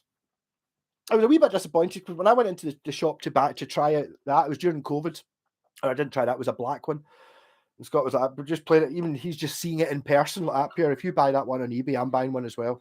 And the one he bought was the one I would have bought if I was going to buy another one. The other, that's the Boundary Iliad being Telecaster. His is an Odyssey, which is a more Stratocaster. It's basically a Strat with no scratch plate and two humbuckers, a hardtail. That's the one he bought. Now, if I was going to buy another FGN, that's the one I would buy. Just that he's got it, and he didn't like the pickups in it. I don't really like the tuners on it, but I mean we're not comparing like for like. I mean, you won't get it now, but I paid £228 delivered for that guitar, and it was only 2 years old. £200, like not the cheapest Squire Telecaster, the second cheapest Squire Telecaster, and I've got a fucking Japanese Telecaster. Not the same. Can't afford a new guitar, make your own. Yeah, I mean, that was my case before. If you're going to, I mean, look what I'm playing just now. This is actually Malco brand. This is it's a Stag short scale bass. That is actually this is a Fender 6, but it's a Telecaster, and this is miles better than the Squire and even the Fender 6, because the nuts on a Fender 6, right? So instead of you've got the width of the nut, this has got a really wide nut. So the strings, they're quite close together, but it's a 44mm nut or something like that's wider than a P bass. But you've got some room in there. It's like on the Squire one or the Fender one, it's like thinner than a jazz bass. So the strings are so close together, it's pure insane. This doesn't have that. Doesn't have any tremolo. Fucking rock solid. This is a better Fender 6 than a Fender 6 is, without a doubt. And it's made from kitchen worktop. And the reason I built this is because I couldn't afford. This is before they made Squire ones, but I couldn't afford one anyway. I fancied an idea of a 6-string bass. But making guitar, I mean, the problem is it's like making a guitar just comes down from I get the right donor guitar and make a body. You can't. I'm not saying it's easy to make a neck, but you can pick up a guitar, decent neck. Look at just buy a Jim Deacon or something. You know what I mean? You can pick them up. Get one that's covered in stickers, or someone's decided to scratch their name in it, and just fucking ditch the body. It's not that difficult. You just fucking jigsaw out a piece of kitchen worktop. Okay, you've got a bit of chiseling to do here to make the neck in. It's worth spending the time to make that fit. But then fucking there you go. You end up with a hand-built guitar. And the difference is the time effort. I mean, this is better than most guitar in any six-string bass I've ever heard, even though it's made by me 20. Does it even have a date on it? It doesn't. I didn't put a serial number on it. This must be fucking 10, 15 years ago I built this because I wanted one. And it's like, okay, maybe a little bit lumpy around the outside, but the important bits, the bits I spent time on, the neck join's fucking great. The bridge is in the right place. These things, none of the parts are super expensive. That is a Roadster pickup, because I wanted a pickup that didn't have the wee bit on the bottom, so it fitted in a bar thing. But again, that was routed out with a drill and a Dremel, and the headstock wasn't originally that shape. It was a 4. Oh, squeaky strap. I just made it that coffin shape and put a veneer on it to hide the fact that I'd bunged up the 4 holes for the 4 tuners and put normal tuners on it. We get 2 made in USA metal stools. Got to take a spray booth to repaint them. Too much dust in the desert to spray them outside. Got to be sweet though. Mr. Somebody's Granada. I think they're like your Tempest.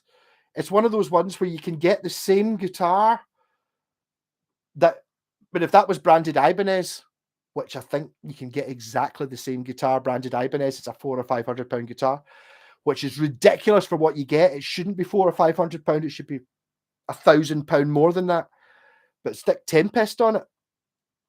Even I didn't want to go and I would not have bought that sight unseen for what I paid. Just looking at it, because it was just a white Strat in it. When I went round to the guy's house, I sat and I was up here. The guy'd already said 70 quid, and I was up here. Okay, we'll see. It was just like pure hand in the neck, bastard. Yeah, that was it. I said, didn't it? So, oh, do you want to plug it into an amp? Well, I totally give it a shot plugging it at the amp, and it was even better. But I mean, it was like just as soon as you pick up, you go like that, you know, it's like this is a fucking, this is what I'm used to. This is a Roadster or whatever. You know, it's a different quality level. You don't get that with. I've never had that with a classic vibe. I've never had that with a Mexican Fender, where you just go, yes, this, I'm having this. Fuck it, I don't care how much it is.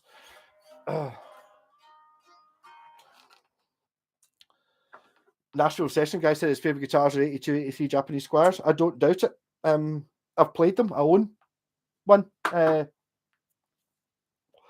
thing is, it's like they just made them better. It's how much time in it. It's the old element of whether you're trying to make the best guitar you can or make the most money you can. That's where that falls down. I mean, that is the best guitar you can buy.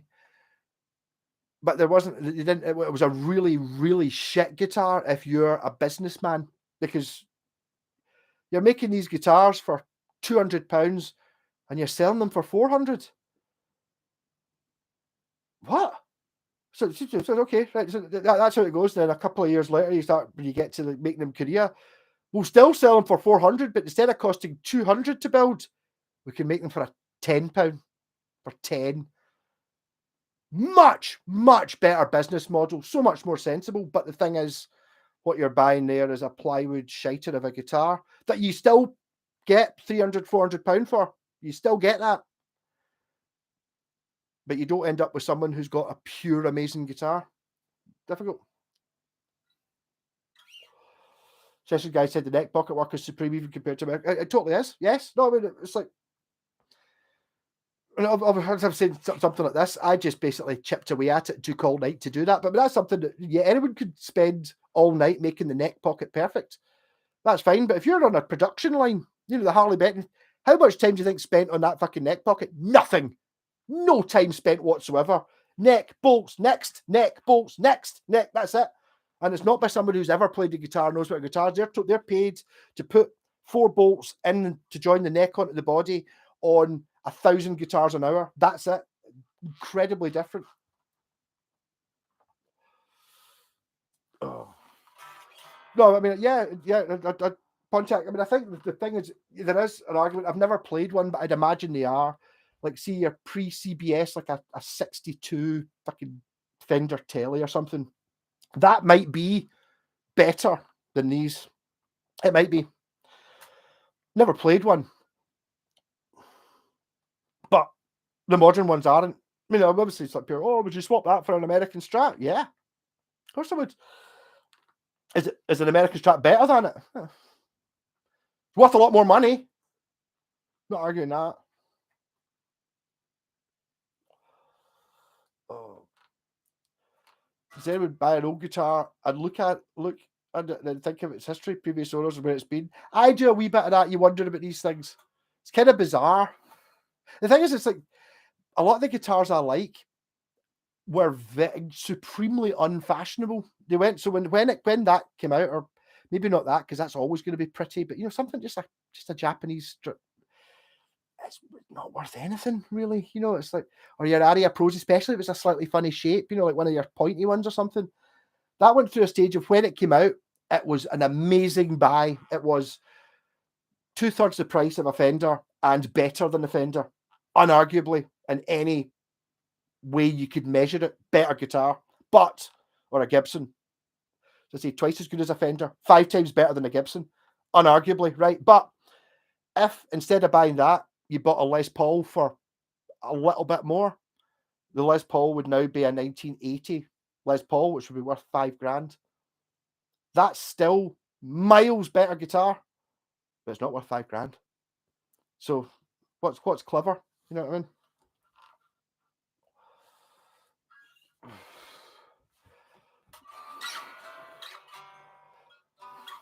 It's really annoying when you sell things. I know someone that I sell guitars to, and he keeps flipping them for more money, and it's like, it's difficult. I'm just not that ruthless. I can't. I struggle. That's what I struggle to sell guitars that I don't think they're worth it, and I'm shite at doing fucking repairs as well, because I'm sitting there. Someone gives me a guitar that it's like a Squire Strat, needs the frets done and wiring and all that shit. I don't want to charge them £100 worth of work on that guitar, because I know once it's fixed, what's it worth? £100. So I'm shit at that, and I need a salesperson to work for me to actually sell these for what they should be sold for, not for what I think still a good price. So I mean, the difference for what I think's a good price for that guitar or any of these guitars is maybe a wee bit more than what I paid for them. But I mean, so is that at £1,000 a good buy? Yeah, what you're getting for is totally worth that. Would I sell it for that? I don't know. It's difficult. I love researching the guitars as well, Alexander. That's part of it.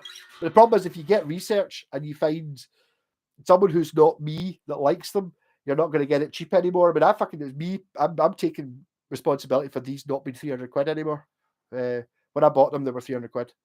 Now they're £1,000. There was no information online at all. Nobody even knew the difference between a Hawk and a Falcon, or what year, or any of that shit. Now they're there because suddenly when you type it, I mean, try typing in Washburn Falcon. On the first page of images and of videos, I'll be there more than half of the things with that guitar. So the information is now there. Obviously, you have to try and listen to other people. I mean, I'm not given money to do these things. SG's 20 years old, only fret wears the first 3 frets. Cowboy cards owned by women from Utah. Morbid, well, maybe, yes. There's an element of that as well. But a lot of the guitars, like something, look for example, my Paul Gilbert guitar, I didn't expect it to be. It's got quite a lot of fret wear, but it's got fret wear from somebody who would have bought a Paul Gilbert guitar. So the fret wear it's kind of like this. Do you know what I mean? It's like it starts and it goes, it's kind of the thinner string. It's round about here, which is where. Whereas if you've got a guitar that maybe it wasn't a beginner guitar at the start, like your Westone Spectrums and stuff like that, they weren't beginner guitars. You could buy cheaper guitars. The cheaper guitars were shite. It was the cheapest pro level giggable instrument you could get, which is fine for the first 5 years. But once it becomes second hand and you're Britpop and all that, nobody's playing a Westone Spectrum. So if you're looking for a guitar to start with, the cheapest guitar you can find might be a Westone Spectrum, so you get it. It's got the original string. It's got strings on it that are years old. You clamp down in your open chords, strum away, never change the strings, never clean the fucker, only ever play open chords, and then sell it for £50 later. Which is when I bought it. You don't get them for £50 anymore. You did 10 years ago. You got them for £50. Now people know what they are. So yeah, it's like, so there's a wee bit. It's like a lot of the guitars I've had have had to survive. I mean, a lot of guitars as well. It's like something like, see my Aria ZZB, the bass that I lost for 20 years and got the same exact bass back, not the same model, the same one. If I had kept that, there's a fair chance it would have been butchered by me because it was worth no money. I quite fancy an 8-string bass. I would have made that into an 8-string bass because fuck it was only 60 quid. Can't buy a bass. I would have ruined it. I've got an Avon SG bass, which should be, as honestly, it's 90% as good as the Gibson EBO. But I chopped it up and had a fretless neck in it, a 24 fret neck, and then I had fucking, it's now got 6 strings. You know, I fucking destroyed it. But I mean, it did cost 20 quid to buy. Just because it's worth money now it would be worth 300 quid. Doesn't it was 20, and at that time you couldn't buy a guitar that you could chop up for 20 quid. Oh, I think selling guitars would be more work than what the cash is worth. Albuquerque is not a good mark for used guitars, very poor and spoiled population. Oh, Bugs Bunny talks about it though. Took the wrong turn at Albuquerque. Yeah, no need to be freaked out. Every used guitar has a story, yeah. Yeah, no, the stories, I mean, all the guitars I've got a story. The only one that doesn't have a story is, well, this one doesn't have a story because I made it. So that doesn't have a story, but the other ones, they've all got stories. Who had these? Who knows? There's not much of a story for that because I reckon that's been in its case forever. So that was bought, I reckon, probably at the end of its line. So I'm reckoning it's about mid-70s. So I think maybe it was sold off cheap later 70s. And then whoever bought it, then played acoustic, tried an electric guitar, didn't really like it, put it in its case, and it stayed there for 40 years. That's why it's in the condition it is. Yeah, these things happen. You never know. With a Roadstar, you wouldn't need anything else versatile. That's totally it. I mean, that's what something like my wee red one. It's like, you boil down to it, I've got much prettier guitars. I've got ones that are worth a lot more money than it. Do I have anything that's actually better? No. Because, to be honest, a better guitar doesn't really exist. Yes, you can buy a £10,000 PRS. You totally can. Oh, it's worth so much more money. Is it actually better, though? No. It's not there. Biggest problem with my Jap Squire 3-bolter, neck pocket preserved, pocket alignment, crap. Everything has been the same issue. It was never corrected. I don't know. That's the whole idea with the 3 thing. I mean, that one there doesn't have the 3-bolt neck. There's something. There's also that thing about getting one that's been played in a little bit. I never really, because all the guitars, you know, you get they always go on about rolled edges. Lee Anderson's it's nice when it's got rolled edges on it. It's like, I don't know if these guitars had rolled edges when they were new, but they've been played. So by somebody playing it, it has worn it in as such. And also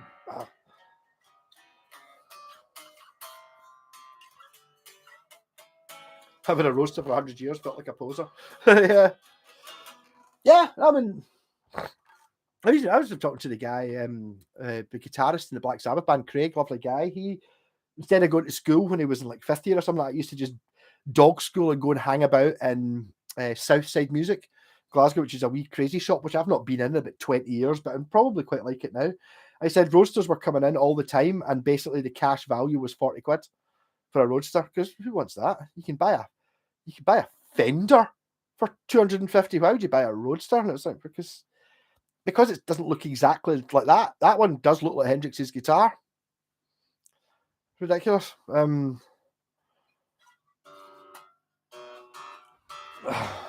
got some really bad guitars, too many. Hopefully better than them since 1973. Not sure.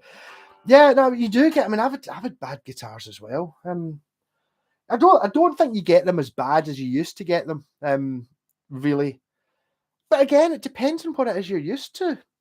You know, it's like, I mean, if you're buying it, basically, see if you're buying an Ibanez. Well, no, it doesn't even count. If it's a new Ibanez or a new Yamaha, there's not a bad one. Even the cheapest of the cheapest Ibanez Geo is still a good guitar. That's not necessarily what it was in the late 80s, in the 90s. You didn't get a guitar that, you know, you could buy guitars that just didn't work. You know, the notes didn't all, not talking about action or anything like that, not all the notes worked. It could never be in tune. You know, you don't get that anymore. I don't think, unless you're really hunting and buying absolute shit. You know, I do need to go in, Jonathan. As I can imagine it is like this room. Yes, I think that was the thing. I didn't really know what I was looking for. The problem is, it's like you end up specializing in things. You got to specialize in something. I just went for specializing and not necessarily, which is not a good business decision. I should have been, if I'd been mad into vendors and Epiphones, you know, the Squires and I would have made money. There's much more money to be made buying I only buy Mexican Fender Strats. You could make money if you knew about them. The problem is that I've got so many guitars that are just better than any Mexican Strat. Not hugely better, but inarguably in every category better, that cost much less. So that's what I want, because I love the idea of having something. I get a perverse pleasure about being able to play things on a guitar that costs 50 quid or 100 quid, and I can, you know, put me up against somebody who's got their $2.5 grand Les Paul, and I'm better. And it's like, yeah, here you go. Was that a used guitar store talking to the workers about their G&L bass from the early 90s? Looked to be Blackley. Don't think they know what they have. I don't know much about G&L. Again, expensive.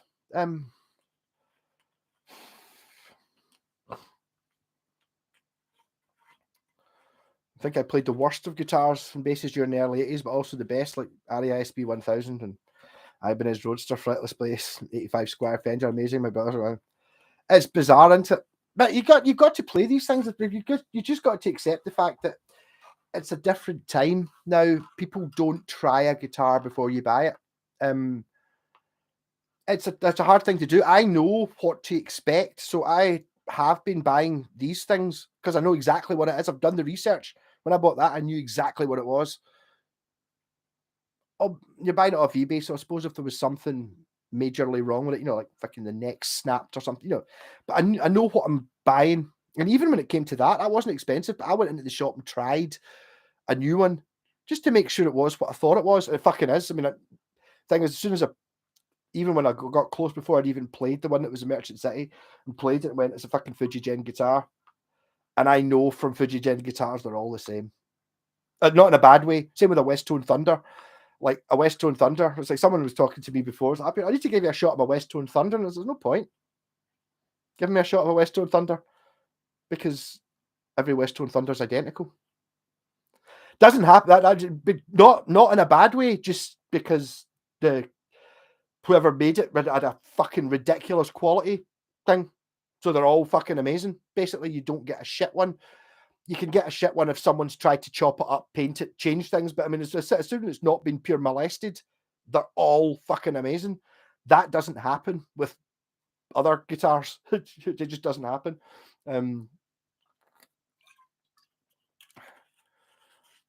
If new guitars are so good, should I stop buying old secondhand or buying new? Well, there you go. It's like, it's up to you, Alexander.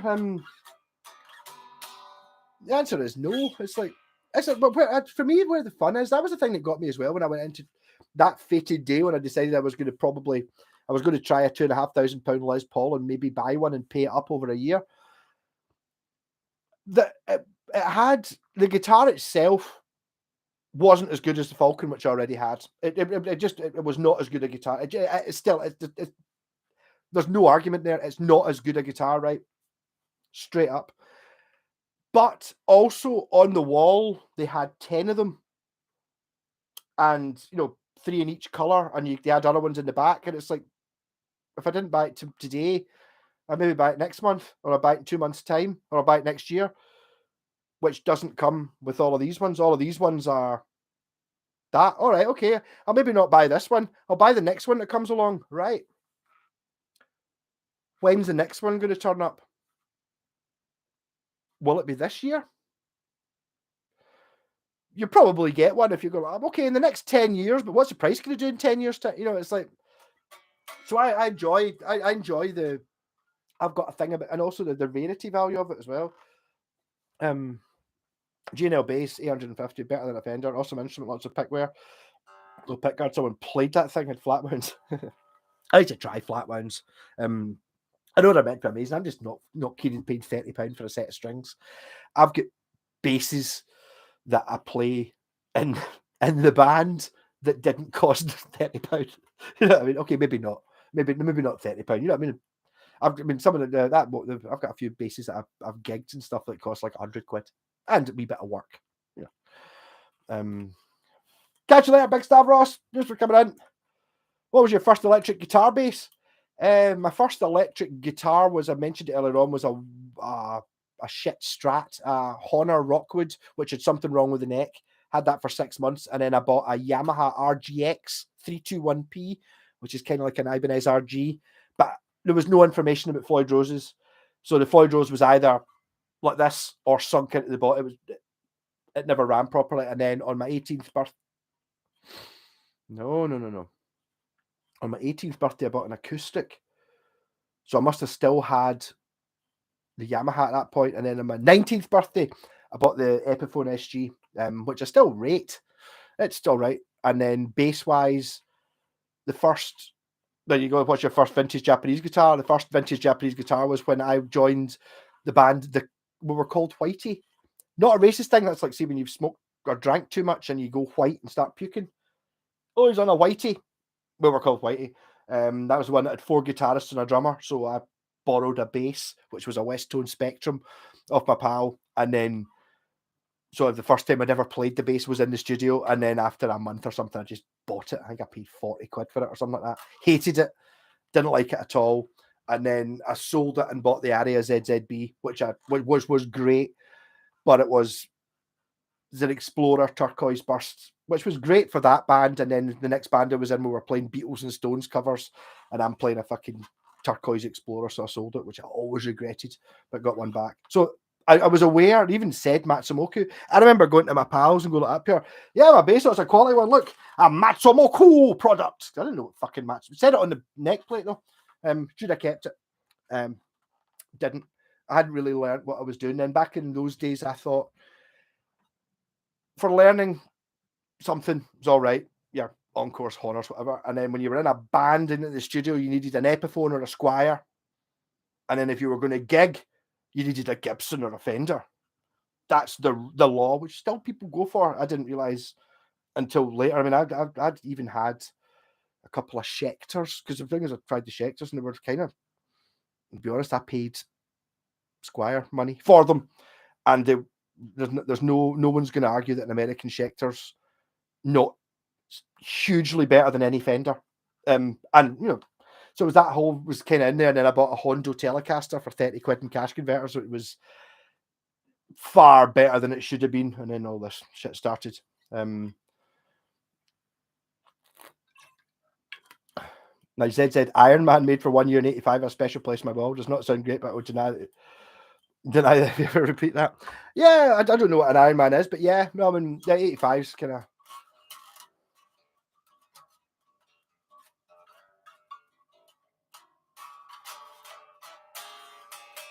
I'm fucking playing a 6-string bass, which is impossible to play.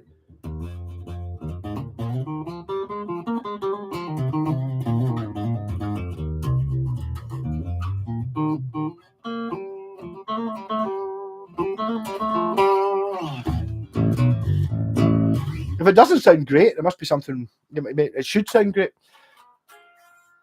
Night, Joachim. Catch you later. Not going to go and take that custom shop guitar to my local pub. It costs more than a year of module pay. Yes, well, that's it. But it depends. The thing is, it always impressed me. I was always more impressed. Like we're talking about when I was 16. Well, I didn't even play the guitar when I was like 18. Going to see, shit bands at the student union and stuff like that. I would always be much more impressed with someone who was playing like a Squier or something and sounded really good. And then it was always, you'd always see folk that had like a $2,500, or I don't know how much it cost, a $2,000 Gibson Les Paul, and they were strumming Oasis on it. And it's like, what's the point? Even when I went to see actually Oasis, it's like it was changing guitar every song. Like you played a 58 Flying V and then like a Paisley Telecaster, and every one of them, you know, if you're standing there with tons of distortion, it doesn't matter what guitar you're playing. You're not playing. You're not playing the guitar. You're just. It's like, so it's basically just for, you have triggered the Oasis button again. Yeah, no, that was the thing. And it was like, there was no difference at all, because there's no difference. If you've just got a wall of distortion, fuck it. It wouldn't have made any difference to Noel Gallagher whether he's playing the £100 Epiphone SG the whole night. Would have sounded exactly the same as his tens of thousands of pounds of custom shop, because you're just paying shite. Yeah.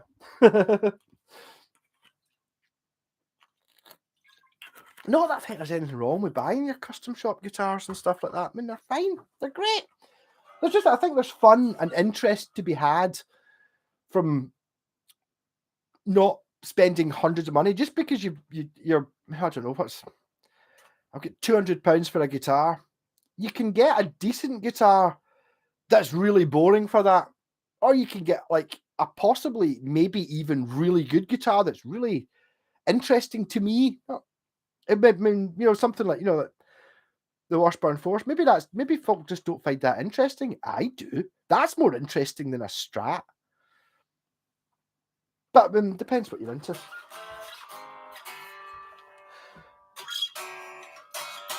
Or how much love you want from other people. You know, you turn up with a £2,500 Gibson Les Paul. People go, "Oh, that's a really nice guitar." There you go. I don't play guitar often, but when I do, I play to win. Yeah, fuck it. I don't know. I don't understand the not showing off aspect.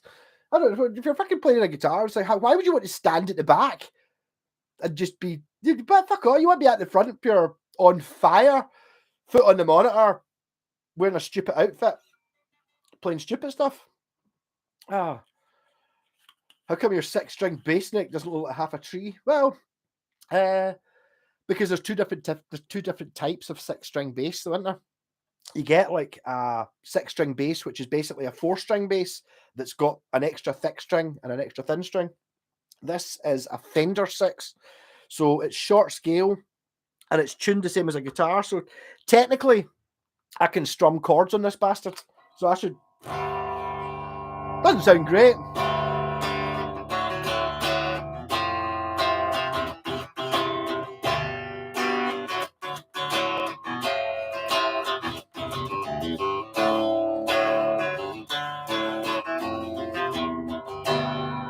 The only thing wrong with this one now is that E string, which is.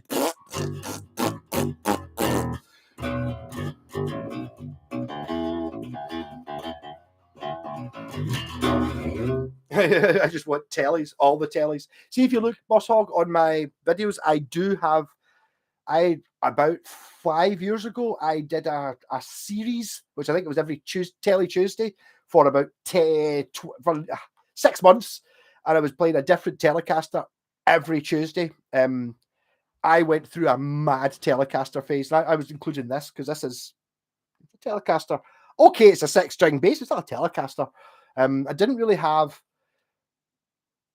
any proper tellies, and I would argue that's a proper telly. 2 single coil pickups, you know, hardtail bridge. You know, the tellies are, you know, fucking semi-hollow ones, ones with Floyd Roses, humbuckers, peanut, everything you can imagine. But tellies they're amazing. Even when it comes to something like that, you know, it's like I'm built that fucking 20 years ago just out of a chisel and £12 seems to ring a bell of how much I paid for the bits that I didn't have lying about. It's all just crap, but you end up with a decent guitar. Oh. Yeah, I'm Wales. I'm still going. I'm down to roll another fag though. Yeah, Jess, you're still here. Finger still real close to the bridge. Yes, sort of, but the thing is the strings are really close together and it's got the ashtray bridge. So, I mean, no. It's just this string is too floppy. Look, that's it tuned to E. It's too thin to take E at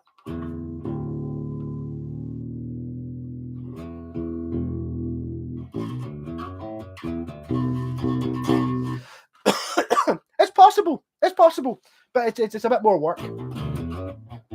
It's just that I know that one of the reasons when I put the strings on this, my pal Tegan had bought the Squire one, and I was up there playing it and going, oh, it's pure farty and buzzy and terrible. And I built one myself. It's much better, this one, but the strings on this were absolute tetanus infested.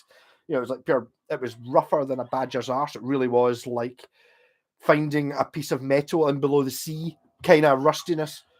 So when I changed the strings on his bass, his Fender 6, which I put thicker ones on, totally solved the problem. And I was like, up here, well, I'll put, it was a brand new bass. I mean, it came with these strings on. So these strings are like 6 months old. So I put them on this, and immediately exactly the same thing happened.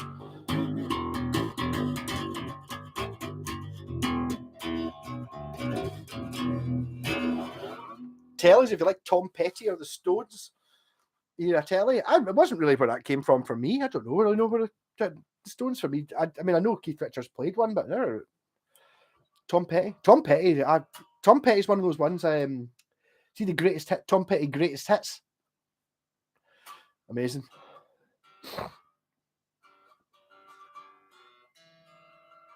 No Quarter sounds great in a 6. Oh.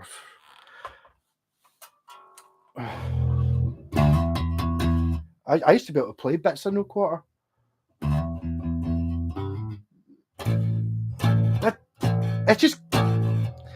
It's like, see when you're trying to tune one of those wee stupid guitars I was talking about earlier on with normal strings on.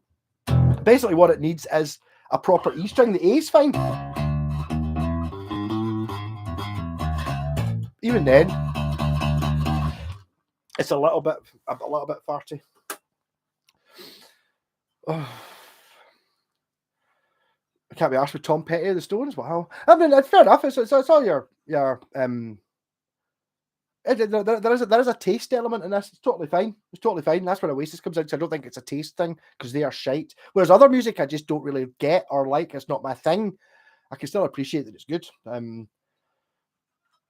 mean, even like you're talking about Joe Strummer. I don't know who Frank Black is and Graham Coxon. They're not heroes of mine. I've never heard a Joe Strummer song or a Blur song that's made me go, oh, ever. I've never heard a song that's made me just go, wow, like I did with Sabbath and Deep Purple and Led Zeppelin and Baby Metal and whatever, Budgie. These are things that I heard and just went, and it's like my entire being was, I need to know more of that. What's that? Give me that. I want that. Never had that with those ones. But I mean, I've never had that with Aerosmith. There's a lot. I mean, there's probably less bands that I've actually had that with than you would think. But some bands are just pure. Oh, you just totally just jump straight in. Judas Priest did it for me with Electric Eye. I bought that Screaming for Vengeance album and I put it on, and it was just like pure. The first 6 minutes was me just sitting there going, "Fuck! What? Whoa!"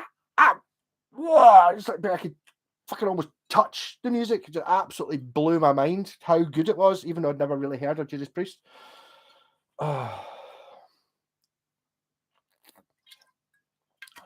No, I can afford a Gibson. I totally, yeah. Why do you still use Epiphones? Fucking money. I don't know. Doesn't really matter. The man's not a musician.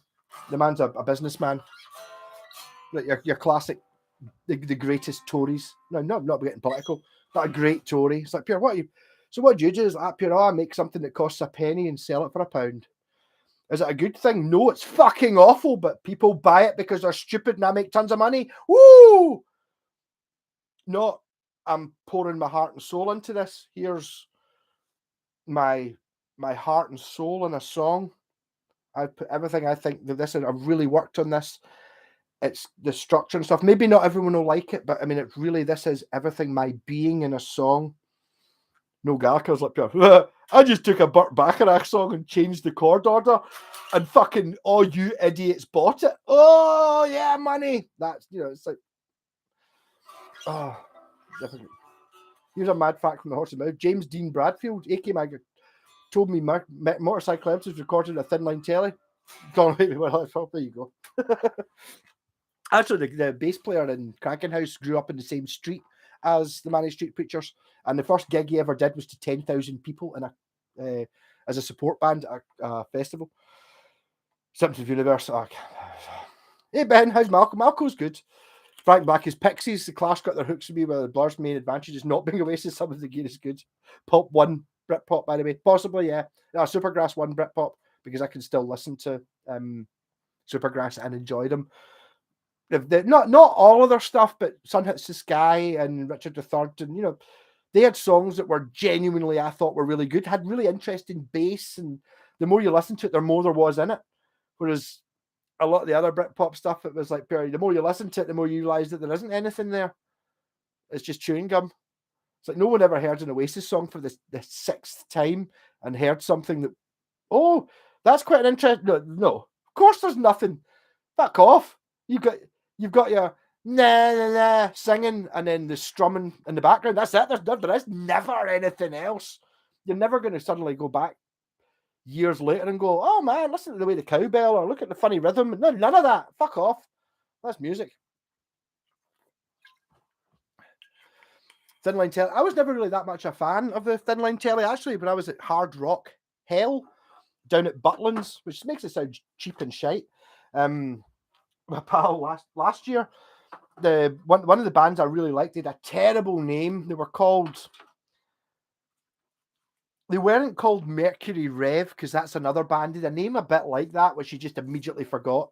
And the lead guitarist had a telly thin line, and it was fucking great sounding. And it was like pure. After it going, I want a telly. It sounded so. It had a unique sound. They were an American band. They were really good. I can't remember what they were called, but yes. So I've got a wee bit of a telly thin line thing. Also, my pal Ronnie's got a telly thin line, which I did a video for a couple of weeks ago. The fret. Someone unfortunately had a great idea to stone the frets, which is that's fine, but they've kind of stoned the outside of the frets so much there's no fret left. So basically, both E strings just fart out. It's like don't do it that much in the middle. If you're just playing from the A to the B, they're there, and I really like that guitar. But I mean, I've never been that much of a fan of. I even bought a thin line when I was in China. The plan was, I think it was the second time or the third time I went. The second time I went. I don't know how many times I've been. Whatever. I bought the plan was, it wasn't the first time. I was going to buy a telly for myself and then one to sell when I get back. So I bought myself a thin line telly, which was the best looking one. I had a thing about tellies. I wanted it to be thin line, right? But I also wanted it to have like an ashtray bridge, and I wanted to have this control plate, and I got one. I think it had a mini humbucker in the neck and a slightly strange shaped scratch plate because it kind of cut. It didn't go to here and then down like a telly does. It kind of did that because there was an F hole in it, and it was great guitar. But I bought that for, I think it was about 50 quid, something like that, delivered to its house. And then I bought the same telly that I bought then I bought the cheapest telly I could find. The cheapest telly I could find was like 28 quid. And then for an extra £2, instead of it just being red or black and just pure basic, for an extra £2, I got like a fancy binding on it. It had like the curved neck thing. It was white. And I bought that as the one to come back and sell. And that guitar was fucking amazing. And I should have kept it. It got to the point of it was the one that I was always going to keep because it was fucking better. Guitars cost £30 brand new. It was fucking amazing. And a guy was sometimes on the live stream from East Coast Bride.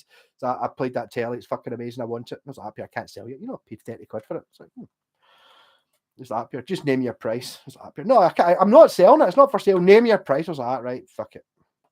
250 quid. Fuck it. Done. Bastard.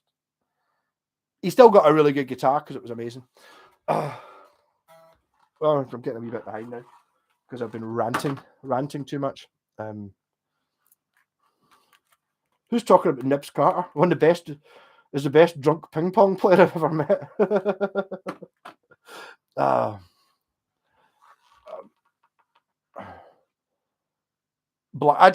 To be honest, there's never they had one. What's the one I really like? There's a one called the Universal. It's like a soft ballady thing. I quite like that song. Never been a huge fan. You go to see Judas Priest and Saxon? Yes, they are. Who's the other band? It's Judas Priest, Saxon, and Uriah Heep, who I've never seen Uriah Heep. Not a massive Uriah Heep fan, but they have songs, at least ones I've heard, 3 or 4 that are proper top notch. Yes, Gypsy's one of them.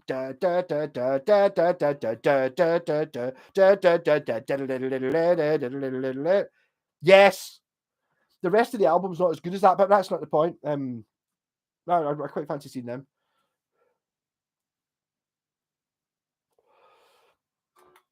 Great guy, Pulp. Pulp did actually. I've never heard it since. I saw Pulp on a TV program, and it was a B-side. They were playing some shit. I don't even know what program it was, and they had a song that was really catchy and good, and I've never heard it since. If I ever heard it again, it was a B-side to something that wasn't on the album. That was much better than anything else. Pulp definitely won Britpop. No, not over here. They didn't. Maybe they did in America. Maybe they did better in America. They didn't. They weren't even one of the big hitters over here. I don't think. I don't know. I just didn't. I didn't get the whole Britpop thing. It wasn't really my thing. I didn't really see the point in it when you could just listen to the Beatles and the Stones and the Kinks and the Small Faces, and you got much better versions of it. But I mean, that's maybe this is me when I was 20. You know what I mean? Maybe I would like them now. First time I was in the studio, we played song 2. That's actually my rap pedal. When I was in the comfy chair. No, we were called Whitey for the first couple of weeks. Then we were called the comfy chair. But after I don't know, a couple of months, a month, whatever it was, Michael, the guitarist, went to America to see his cousin, and he came back with a Seymour Duncan pickup and a rat pedal. And I've got the Seymour Duncan pickup and that BC Rich bass, and I've got the rat pedal. That's that rat pedal, which I've never parted with, and I never will. The one I still use. And I used that. He bought that. The reason I got a shot of that is because in the video for Blur Song 2, which came out at that time, there's a bit where he stomps on a distortion pedal, and it's that exact rat pedal. So that's the one I still use. But I've never really heard anything that pure blew me away. Hard Rock Hell, played it a few times. Really? Wow. Who's playing this year? Yingwe or Ingve? I only told this. Tegan was around the other night. He's dropped off like 3 pure really expensive, and what everyone else would think of as being really unusual and expensive guitars, or really interesting and unusual. Yes, quite interesting, quite unusual, but these things are thousands of pounds, so not as interesting or as unusual as quite a lot of the ones I like, but amazing. He was just when he was leaving, he's like, Yingwe's playing that. So I get to see Yngwie Malmsteen. That's well worth the whole thing going down there to do that. Fucking great. Absolutely loved that. I don't know Tiger Tails. I've seen them. They're on some records I've got. I have big Pulp fans in here, really. Love Saxon. Proper sort there, people. I liked Saxon. I met them outside the ABC in Glasgow, and they were brilliant. They couldn't really have been nicer. Nibs wasn't particularly talkative. I don't know whether he seemed a wee bit on edge. I don't know. He was maybe not used to the accolade for his biff, and that was fucking hilarious. He was funny as fuck. And so was Paul Quinn, was fucking hilarious as well, and Doug Scarrett and Gottler, the drummer. They were absolutely lovely. So they were just like pure.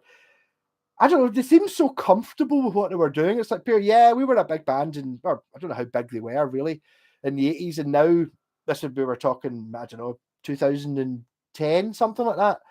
They're now able to every year do a tour of the UK with 20 dates, and they're playing somewhere that holds like, I don't know, 2,000-3,000 people when the place is rammed, and they do that every year. fucking be better, really. Yeah, they were fucking, and they were just so, they were so lovely. I liked all of them. Even at the time I saw them, were a wee bit of funny laughing. Anyone remember Ali G, who was like a comedy guy? Paul Quinn, the guitarist, was wearing sunglasses and a yellow bandana, so looked a bit like Ali G. So we're sitting there. I don't remember. We've already met the band. They've signed my denim jacket and all that. We're just standing outside having a kebab outside the venue. I was happy. I was like looking about it. I thought Paul Quinn was quite funny looking at Ali G, and I got a tap on the shoulder. Did you just say I look like Ali G? I was like, just the guy was fucking hilarious. Lovely guy. I like them all. Oh, how do you feel about the new wave of Scottish twee indie of the mid? I don't even know what that is. New wave of Scottish twee indie. I don't even know who they are. Is that Pulp started in '78? Really? Wow. Well, I don't know much about them. Let's all meet up in the year 2000. So it must have been a while ago. Well, really, that was a big hit. Oh, never a huge fan. I don't know, maybe they're all right. I mean, let's be honest. It's like, do you want? I was at a party. Do you want to put this pulp on? Yes. Just please don't put on fucking I will put it on for a song. I don't really like. Let's put Oasis on again. Oh my god, it's not even the first time this record's been on tonight. If I can listen, if I can don't look back, you wanker again. Fuck off! It was only an hour ago. Oh man, I'm going outside. That's how it worked. Ali Jane, I can imagine. No, he was funny. He was also really funny on. I remember him being on with Vic and Bob on Never Mind the Buzzcocks. What's it called? Shooting Stars. And they were totally taking the piss out of him, and it was like he was a good sport. So yes, I do like the guy. There was a bit where it was like they were Vic Reeves was calling him the weeded tweed, and it was like that pure right. Fuck this. And he was it's like a panel show. And he had a pencil. He went right up to Vic Reeves' face, goes like that with a pencil, just goes like that. Look, snapped the pencil in half. Like, fucking that. There you go. And sat down, and they were all like pure. Man just snapped a pencil. Respect. We're not going to mess with you anymore. Fucking great, man. Nah, I like the guy. So as you go to the big Scottish interview with Donald Trump, he spoke very highly of the country. No, I don't. We're not talking about politics. I don't know anything about it.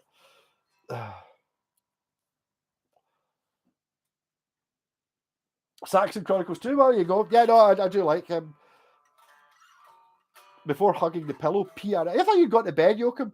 PRS or Porsche? Porsche. Because I've got a Porsche. It's I don't have it through there. I've been getting a wee bit mad into Skeletric, which is a bit silly, but quite addictive. That's why there's not been any videos of me and Scott doing guitars, because I'm going over to his house and we're not really playing guitars anymore. More into the fucking Skeletric. This has been great.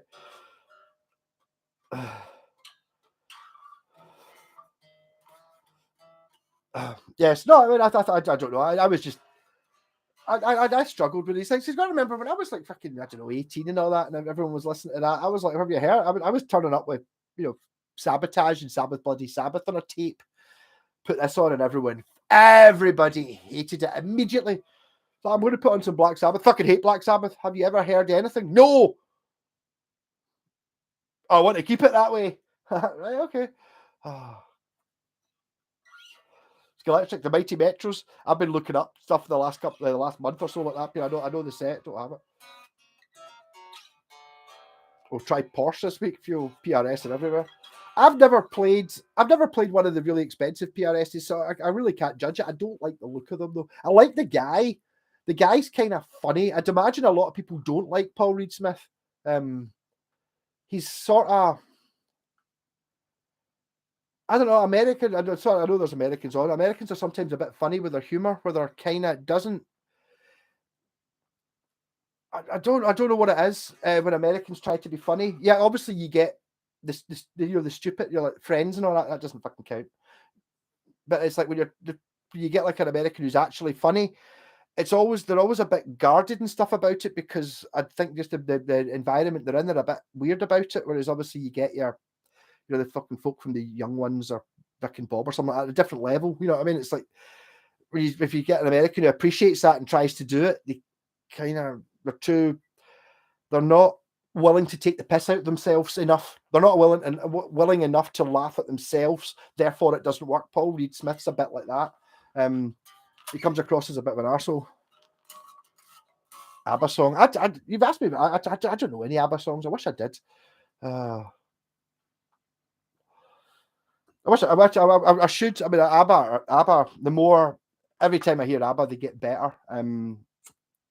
Even the songs that I didn't like before. Have you heard the drums, Fernando? Even that, it's like. Oh wow! Your price car was 89. Batmobile had that. The Joker's Porsche. I know that one as well. Yes, that's the Batman you want. Actually, Taylor has not been on tonight. Picked up a set for me and down in Kilmarnock. I need to go and pick it up off him. The Batman set, but it's like a more modern one. And the Joker cars, the Batmobile's missing, but the Batmobile's not a real Batmobile. So I don't recognise it from any of the films. But that one you're talking about with the Joker's Porsche, it's like a purple and yellow 911. Yeah, I want that set, and the original Batmobile, which looks fucking amazing, or the original 89 Batmobile looks amazing. Skeletrix helps to keep the inner child alive. It totally does. That was it comes down to it was even. Was it last week and the week before? I was sitting with Scott. We're sitting there in silence. It's like, Scott's not said anything for a while, and I'm fucking taking a controller to bits. You know what I mean? Trying to clean the contacts and to get better performance out of the controller, and he's fucking sitting fidgeting with the braids in the bottom of the car. They just looked up at me, goes like, up here, my inner child, my inner 7-year-old is screaming right now, and then went back to fidgeting with the guitar. And I'm like, right, okay. It's like it's a strange thing. Any vintage brand guitars? I've not really played a vintage brand guitar that wasn't really good, to be honest. I've not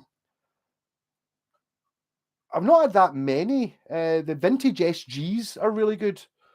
Definitely better than the Epiphones.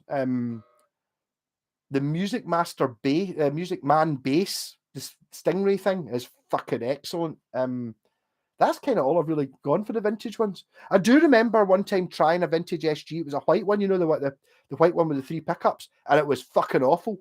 So they're not all brilliant. I don't know when that was from, but as soon as I played it, it was like pure, not. It was like a pure, all right, that looks really good. No, whatever it was wrong with it. It wasn't good. Oh, Black Books. I've never watched all of it. I liked it.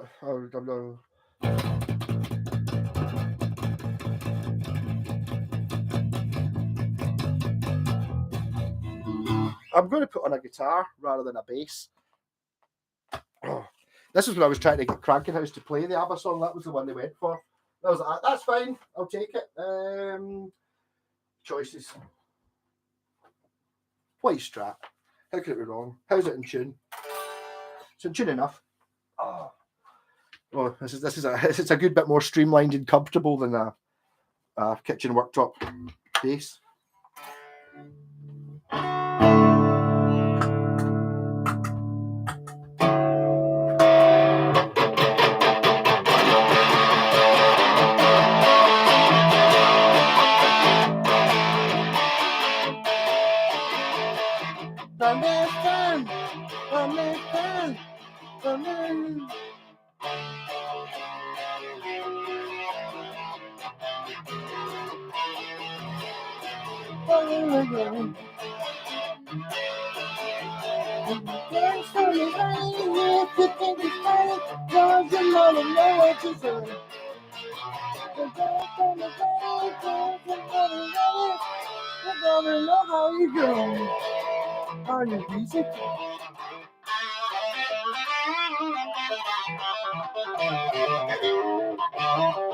Friends versus Bottom. Really? How can that even be a question? It's just like, it's like, would I rather watch any episode of Bottom and have the rest of the time with someone just slapping me in the face, or watch an episode of? It's like, yeah, no, there's no difference. I prefer Maple, only because it's not available on everything. It's rarer to get. I prefer a Maple one. Vintage did Oliver. They weren't that expensive either. The Graham Oliver, it's a white SG. So I've never played them, but I do remember that was obviously after he gets sacked. And then he gets sacked. I feel sorry for him because he kind of went on to get bigger, but the reason he gets sacked was the Download Festival or the Reading Festival or something. He had a recorded version that he got from the sound desk, and he fucking put it out as a live album without telling the rest of the band or something like that. It was a really shite thing to do, but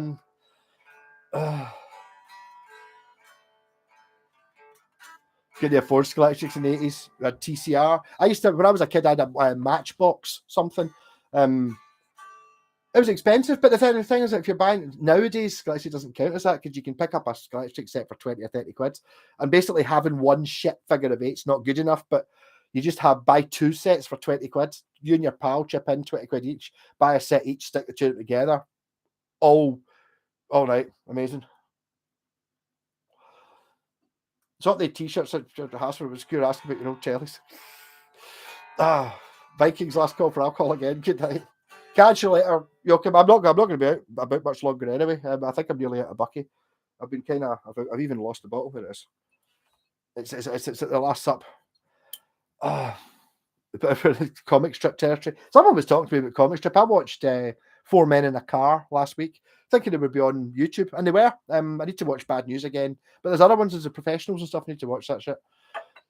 The smell of scratches, it doesn't really smell anymore, Kenneth. I remember it smelling basically like electricity. I think the more modern sets aren't as, the electricity isn't quite as flung in your face, so they don't really smell anymore. What do you think of vintage guitars? Yeah, vintage. I know you're right. Vintage is a terrible name. What's the other one that's really bad? Vintage is awful. Looking at vintage guitars because obviously anything. This is a vintage guitar, isn't it? Because it's old. So yeah, no, it's a terrible name. Yeah, no, I knew you meant when you said neck. I knew you meant fretboards. I prefer a maple fretboard. I don't really have any good excuse for why. I don't know. There's something about it. It seems more direct. I really like the one piece ones. This one isn't a one piece. This has got a separate fingerboard, even though it's got the skunk stripe in the back, so it's a sort of fake one. There's something about the maple I like better. But you can't have it on every guitar. You can't have actually my pal's got an SG that's got a maple fretboard, but it kind of looks weird on certain guitars, but on a Fendery one, I don't know. I prefer it. Yes, I don't know why. Brings up the memory of Laurie Anderson's old Superman was the radio at the time when I played it. I don't even know what that is. Mr. Jolly, yes. I'm sure it wasn't any of you guys that were talking about Mr. Jolly. That's someone was telling me about that. Someone who was actually physically in my room. I don't know who it was, saying it was fucking really good. Because it's Peter Cook. I need to watch that. They did copy the 70 spec, but they didn't. They covered the 70 spec, but they didn't. It doesn't have the 3-bolt neck, but it is a.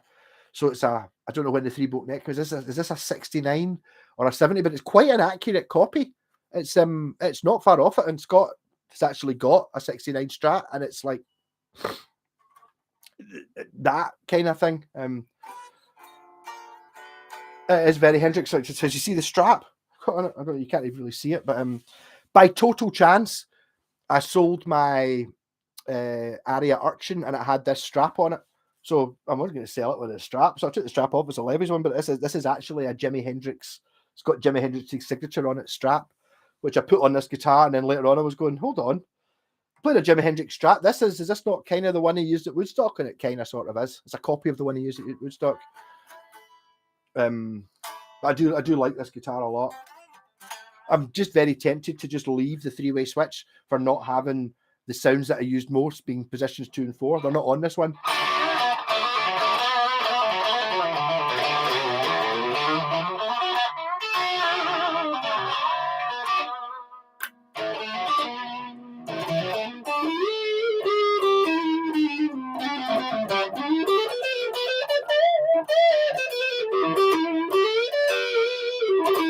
I'm actually even considering, I don't know what the chances of meeting Yngwie are at Hard Rock Hell, but I might take this guitar with me. Because we're staying in a caravan, Vauxhall Caravan Park, so I could quite easily have this and take it with me with a wee pocket amp. And if I don't know if Yngwie's doing any sort of Yngwie, I need to call him Yngwie, not Yngwie, because even though I know it is Yngwie, I still call him Yngwie because I think it's funny. The Dangerous Brothers, I don't get. I did what I did. I looked them up about a year ago or something, and basically it's just Vic and Adrian Edmondson and Rick Mail doing exactly the same thing that they did in the Young Ones, and then doing the same thing that they did in Bottom and basically everything. So it's kind of the same thing, but I didn't get the Dangerous Brothers that much.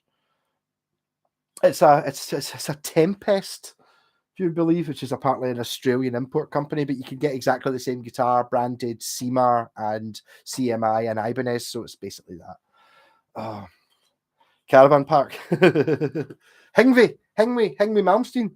Yeah, no, I really look forward to it. That'd be fucking great watching Yngwie Malmsteen. I'd like to meet him as well because I think he's funny as fuck. Especially if he goes up here, Yngwie, play my guitar. Get up to sign it. Because I'm that confident he would go, up here, yeah, up here. I bet you'd be able to play it, and I bet you it would be all right because there's not really that much difference between this and a 70s Strat.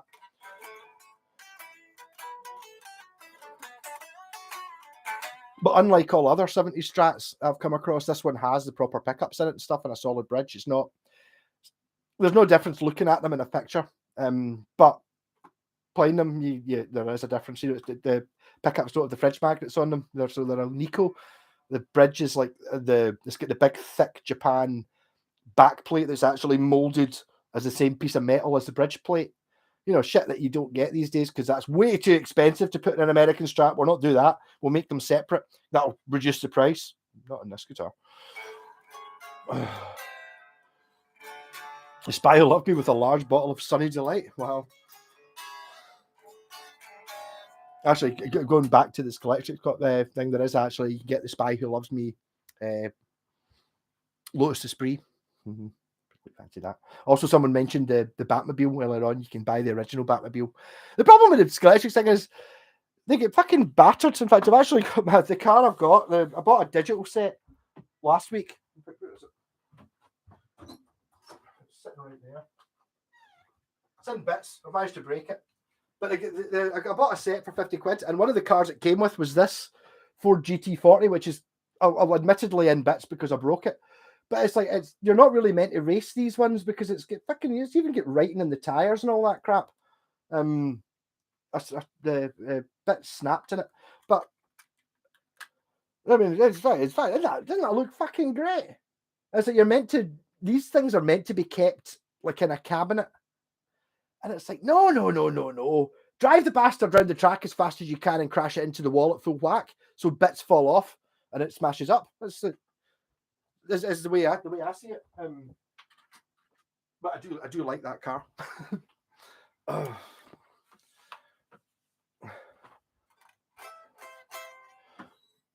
Speaking of Spy Love, if no one's seen the film Star Crash, look it up and watch it because the girl who played the helicopter pilot in Spy Who Loved Me, who you probably recognise as Caroline Munro because she's pure gorgeous, is the main character in Star Crash, which is basically a Star Wars ripoff from 1979, and she's wearing a leather bikini all the way through it, and the fucking film, brilliant. Check that out. The Dangerous Brothers was where the characters were born. I think the Young Ones were before. I actually was watching Twa Dugs, Alexander. I've played there with Jesse Ray. Huh? You ever tried a scallop neck? Yes, my Ibanez Destroyer has a scallop neck. I'm not. Nah. I ever talked to the guitarist in Sabaton about that because that was when I met them in the ABC. And I was happy. Oh, I used to have a guitar like this. It wasn't an Ibanez one though. My first guitar was this sort of shape. It was like a shite copy. I was happy. I never shot. I was happy. Oh, it's got a scallop neck. So why is it scallop? I was like, I tried bending a note. And he was like, happy. Oh, all right. Oh, is that? Oh. Apart from he said that in a Finnish or Swedish accent, wherever it was they're from.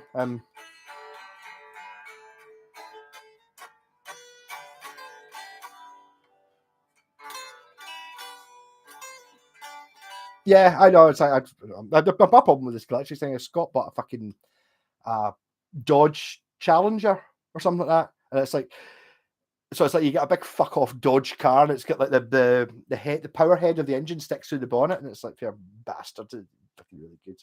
So I don't have a pure amazing guitar, but car, but in the set that I bought, it did have that GT40, which is like, that's my one. I know we've chipped in for it. I've seen the Only Fools and Horses one. Yes, I do quite like the Capri. I'd like a Capri. I don't know. It's all difficult. Hey, Bandside, was playing at Bonfizz last week. Now took the forfeit on the way back. Guy with a GT40 replica. Wow, cool. But Alexander was at your Bonfest. He might have seen you, Ban. Said he. Yeah, you know, you can buy a. There's a set you can buy now for Skeletrix, which is a Knight Rider versus Back to the Future, where you get the DeLorean with all the shit stuck to it, you know, the Mr. Fusion and all that, and then you get Knight Rider, which has got the lighting. So, pretty good. Yeah, Mr. Whitesteak, try it out. Star Crash. It's on YouTube. Might not be very good quality, but I mean, it's what a film. I've thoroughly enjoyed it. You've been catching Caroline's Cellar Club on Channel 82. Kenneth, I've no idea what you're talking about.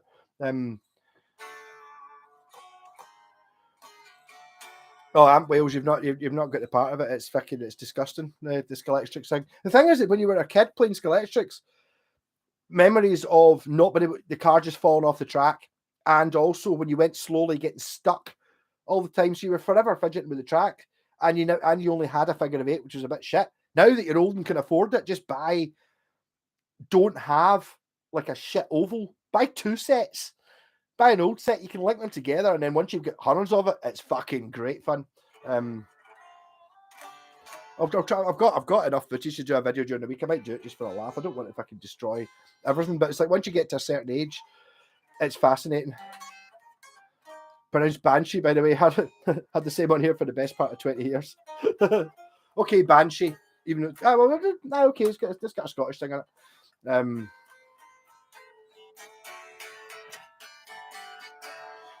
Yeah, no, this actually sounds bad. It's maybe once you get to a certain age. I actually remember my uncle, my mum's cousin. What does that make him? Whatever it was, when we got the Skeletrix back in 1990, when I was 12 or whatever it was.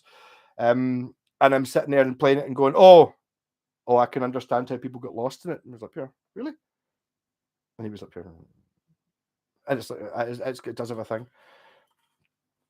She's now a pensioner hosting some B movies and Together TV. Possibly, yes. Yeah, I mean, she's also if you've never seen, obviously you've seen This By Love Me, but she's also the girl with the boobs in the Sinbad, the Golden Voyage of Sinbad, the one that Tom Baker's the baddie. She's treated like a pure scum in it, but she's got the biggest, shiniest boobs, like a kid going, "Whoa, boobs."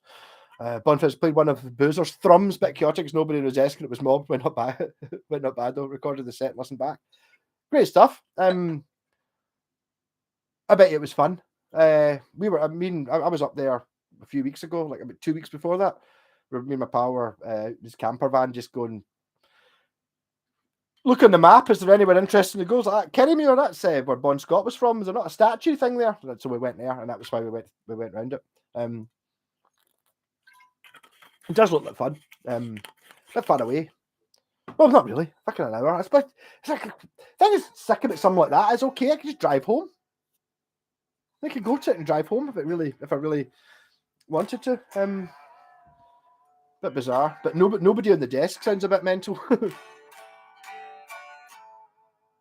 But as I saw we walked about the town centre on a Sunday. Obviously, because it's a Sunday, everywhere's closed. But I saw some of the posters and stuff.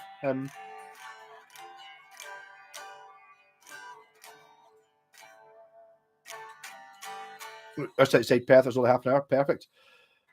Did you lose subs because of the 60s? I don't think anyone. No, because everyone knows I'm an idiot. You know, it's one of those things. It's like, if I put out a video you're not interested in, you know, I'd like to think that you guys are of the certain class where you'll just not really watch it. That's it, and you won't comment on it. That's fine. If you don't like it, it's like, well, I'm not going to get pure for fuck rate. You know, I can't remember that. everything's just in moderation. I did fuck up a little bit. I put when I had it. The great idea was to set it to go for like the 6 series. It went on at 1 o'clock, 2 o'clock, 3 o'clock, 4 o'clock, 5 o'clock, 6 o'clock, 7 o'clock. So it was like I don't know, an episode every hour. And when it got to the last episode, I must have not put the time right. So also I forgot to put one of them in the playlist, and it kind of fucked up. But I mean, it's like, it's one of those things that I mean, it could be, if I was going to spend days at it, I could have edited it down to be interesting, but just put it out. And it's like, I can't be bothered. Fucking, the editing enough was try to chop it into chunks of half an hour or so. It's good fun doing all that. It's good fun doing it and putting it out. And it's like, everyone knows I'm an idiot anyway. I don't think I'm going to be gaining any new subs or anything like that. But it's basically just what happened. It's kind of like coming with us. If you want to go on a wee camper, but obviously you don't get to talk and stuff. But yeah, just basically that was happened. If the camera wasn't on, everything would have just been that anyway. So it's a wee slice of someone else's life when you're sitting there and it's raining or it's cold and you're on the other side of the world. And it's like, oh, what's Malco doing? It's like, he's away in a camper van for a few days. What are they doing? Found some Germany and Wales, new friends for life at Bondfest. Yes, I can imagine it. I'll maybe go next year. It's one of those ones I'd want to play at, though. I don't know how you get away with the AC/DC thing. Obviously, being an AC/DC fan, but I don't know if I would fancy seeing. I don't know. I mean, hey Banshee, are you like an AC/DC tribute band, or are you just a band that I don't know? How did it work out with the songs? You know what I mean? Was it a case of was there any working out or going like that? Pure, well, you can't play Whole Lot of Rosie and Highway to Hell and Let There Be Rock because everyone's going to do that. So does everyone just try and find obscure songs, or do you just play it anyway and who cares? All original stuff. Well, I think that might be the way around it. Yeah. I don't think I get away with playing it in the Black Sabbath band, but I mean, no, it does sound like fun. I mean, it was a lovely wee place. Kirriemuir. It was quite cultured. It's like one of those things that because we were out in the camper van, it was like, and we had the Doug as well. We had Troy the Doug with us, so it was like we have to go for a walk, and it's basically just doing shit that I would normally just drive past. I mean, I worked in Pitlochry for a year, so I was driving basically past that on the motorway at 60 mile an hour every day for a year. I never really thought of stopping and going and actually just walking through like a wee village and stuff like that. It was great. I really enjoyed it. The camera obscura thing on top of the hill, I really enjoyed as well. I wish I'd filmed a bit more of it. I wasn't really sure what to do. I mean, the guy who showed us round was absolutely lovely, and me and Scott were genuinely interested in it. It's the sort of thing I remember going to when I was at school. The school outing and that, when you don't really give a fuck, I'm not really interested. But I genuinely found it really bizarre with the camera thing going, oh wow, it's pure mate. I really genuinely really liked it. A grand day out. Well, no, grand day out was last week's 6-episode thing. I've actually, which I haven't done yet, the last of the camper van series, I think I did 3 episodes. It didn't get very many hits or very much interest, so I kind of stopped doing it, but I've still got another 2 days worth of crap on the computer that I haven't put out yet, including going to the Monty Python castles, and we went to a mad haunted house rundown village shit thing, and there's still plenty of it. I just now that I can't remember it because it was 3 weeks ago, it's kind of difficult.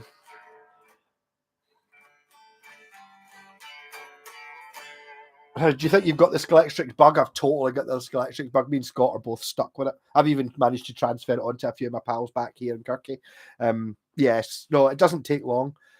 It's one of those things that when you were a kid, you just wished you had a big, massive track. And the thing is now because you can afford to just blow 20 or 30 or 40 quid, or even if better, if you can chip in with your pal, like me and Scott did, £25 each, buy a £50 big fucking box thing that's got enough track to fill his house, fill my house, and get 10 cars for 25 quid each. It's like basically had our money's worth after the first night, and it's still going.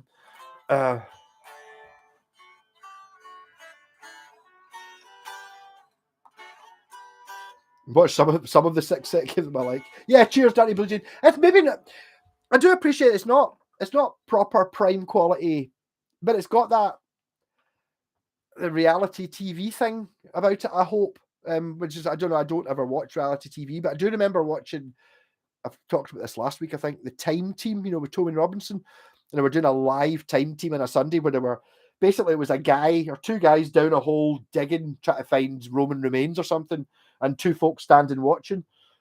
My God, was that enthralling. Nothing was happening. There was like pure 10 minutes where nothing happened whatsoever. It was basically two guys digging a hole with two guys watching. That was it. There was no even any speaking. And it was like, oh.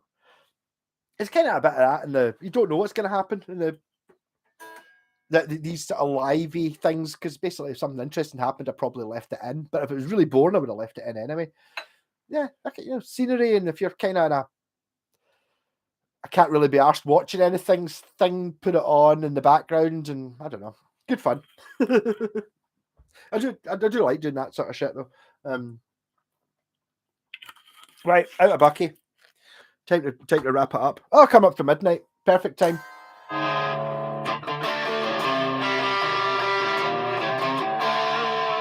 I do really like this guitar though.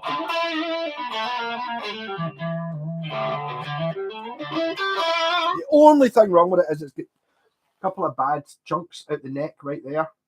Apart from that, thing's in fucking mint condition. You can't believe it's 40 years old. Right, Jess, cheers. Thanks so much for it. You just gave me fucking £100 for the channel, which is I totally appreciate so much. I'll even call one of the guitars I make Jess. So I'm going to start looking for a guitar now, try and get one for £100 that's going to be a fucking banger. Like a good one. I don't know what I'm going to do with it though. I'm tempted to buy maybe a couple of them. I don't know. I need to have a look. To be honest, I've been doing too much.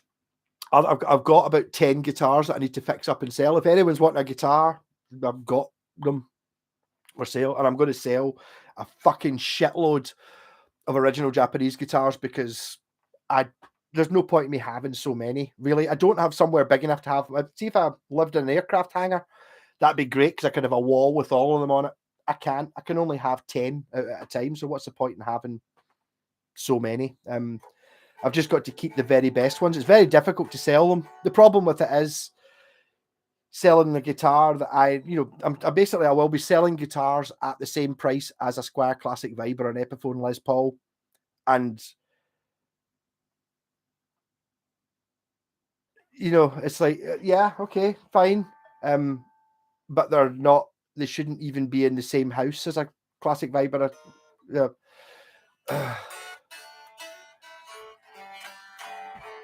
Am I selling this one? I don't think so, Alec. The problem is it's not worth any money. This should be a £500 guitar. Yeah, obviously I sold it for £70, which I bought it for. But whoever's getting that's getting the fucking best deal of the unit. Assuming it's not one you could really buy and flip. It's not worth any money. It's an absolute stunner. So this one's probably getting kept because it's not worth selling. Whereas if it was worth £300, if I would get that for it, I would sell it, but I wouldn't. Talk to me about what might come up for sale. Right. Catch you later. Yeah. There's at least 10 or 15 that I have to keep. Because I really love them and I can't sell them. And then there's probably the same again for ones that kind of aren't worth selling. Do you know what I mean? It's like, I don't know. It's even something like that. I mean, I would sell it. I never play the fucking thing. The idea of a Fender 6 doesn't make sense to me. It's made by me, so it's handmade. But I mean, I'm only going to get £100 for it. In that case, fuck off. I'm keeping it. But I mean, I don't know. I mean, it should be. I don't know. It's kind of going to go and roast some beef. Oh, interesting. Not going to make next week. Catch up with Chris Glenn Saturday night, along with his stopping over and going to a couple of blues jams on Sunday. Sounds like a plan, Jeff. That's great. Chris Glenn's a lovely guy. I have met him in like Nice and Sleazy's one time. Never actually seen him play, I don't think. But a lovely guy who just laughed at me for being too drunk, which is fine. You know what I mean?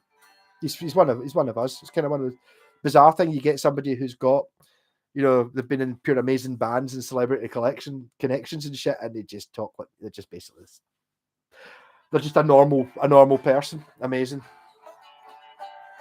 Anyhow, thanks very much. I love you all. I'm too drunk to really play I don't know if I can think of a song to play to end it out. The blues jams, I don't know if I fancy very much, Jeff. It's like I keep getting copyright strikes for every time I do any sort of blues jam for covering songs that I've never heard before by bands I've never heard before. Yeah.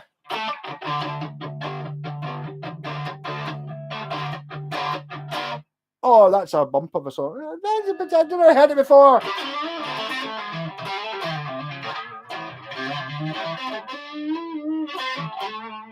Position 4, which I have to wedge it in.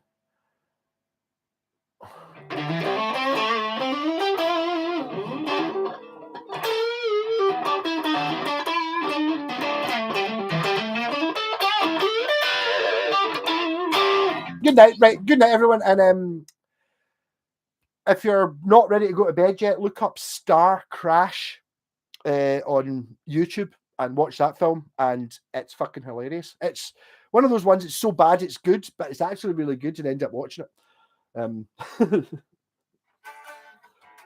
Catch you later, Brian, Jeff, everyone. Thanks so much, everyone, and especially fucking Jess giving me an entire series of not my money, buy a guitar, try and up it, see what I can expand it to. So that might even involve buying something that's not necessarily something that I like. You know what I mean? I'm sure I could make money. Say if I bought an Epiphone Les Paul, I'm not really a fan of Les Paul, no Epiphone. I mean, there might be one that's really good that just, you know, the classic. Oh, the jack socket's missing. Right, that's what. So it's much. It's half the price of it should be. Something that fit in a jack socket. Okay, I bet you a shop would charge you 50 quid. It's going to take me 2 minutes and be dead easy. Yeah, no, it's interesting. You give me something to think about. I'll be looking up shit tonight. Yes. Anyhow, rock on. Love you all. Thanks very much. See you during the week. Lots of silly stuff coming up. Lots of silly stuff as usual. Catch you later.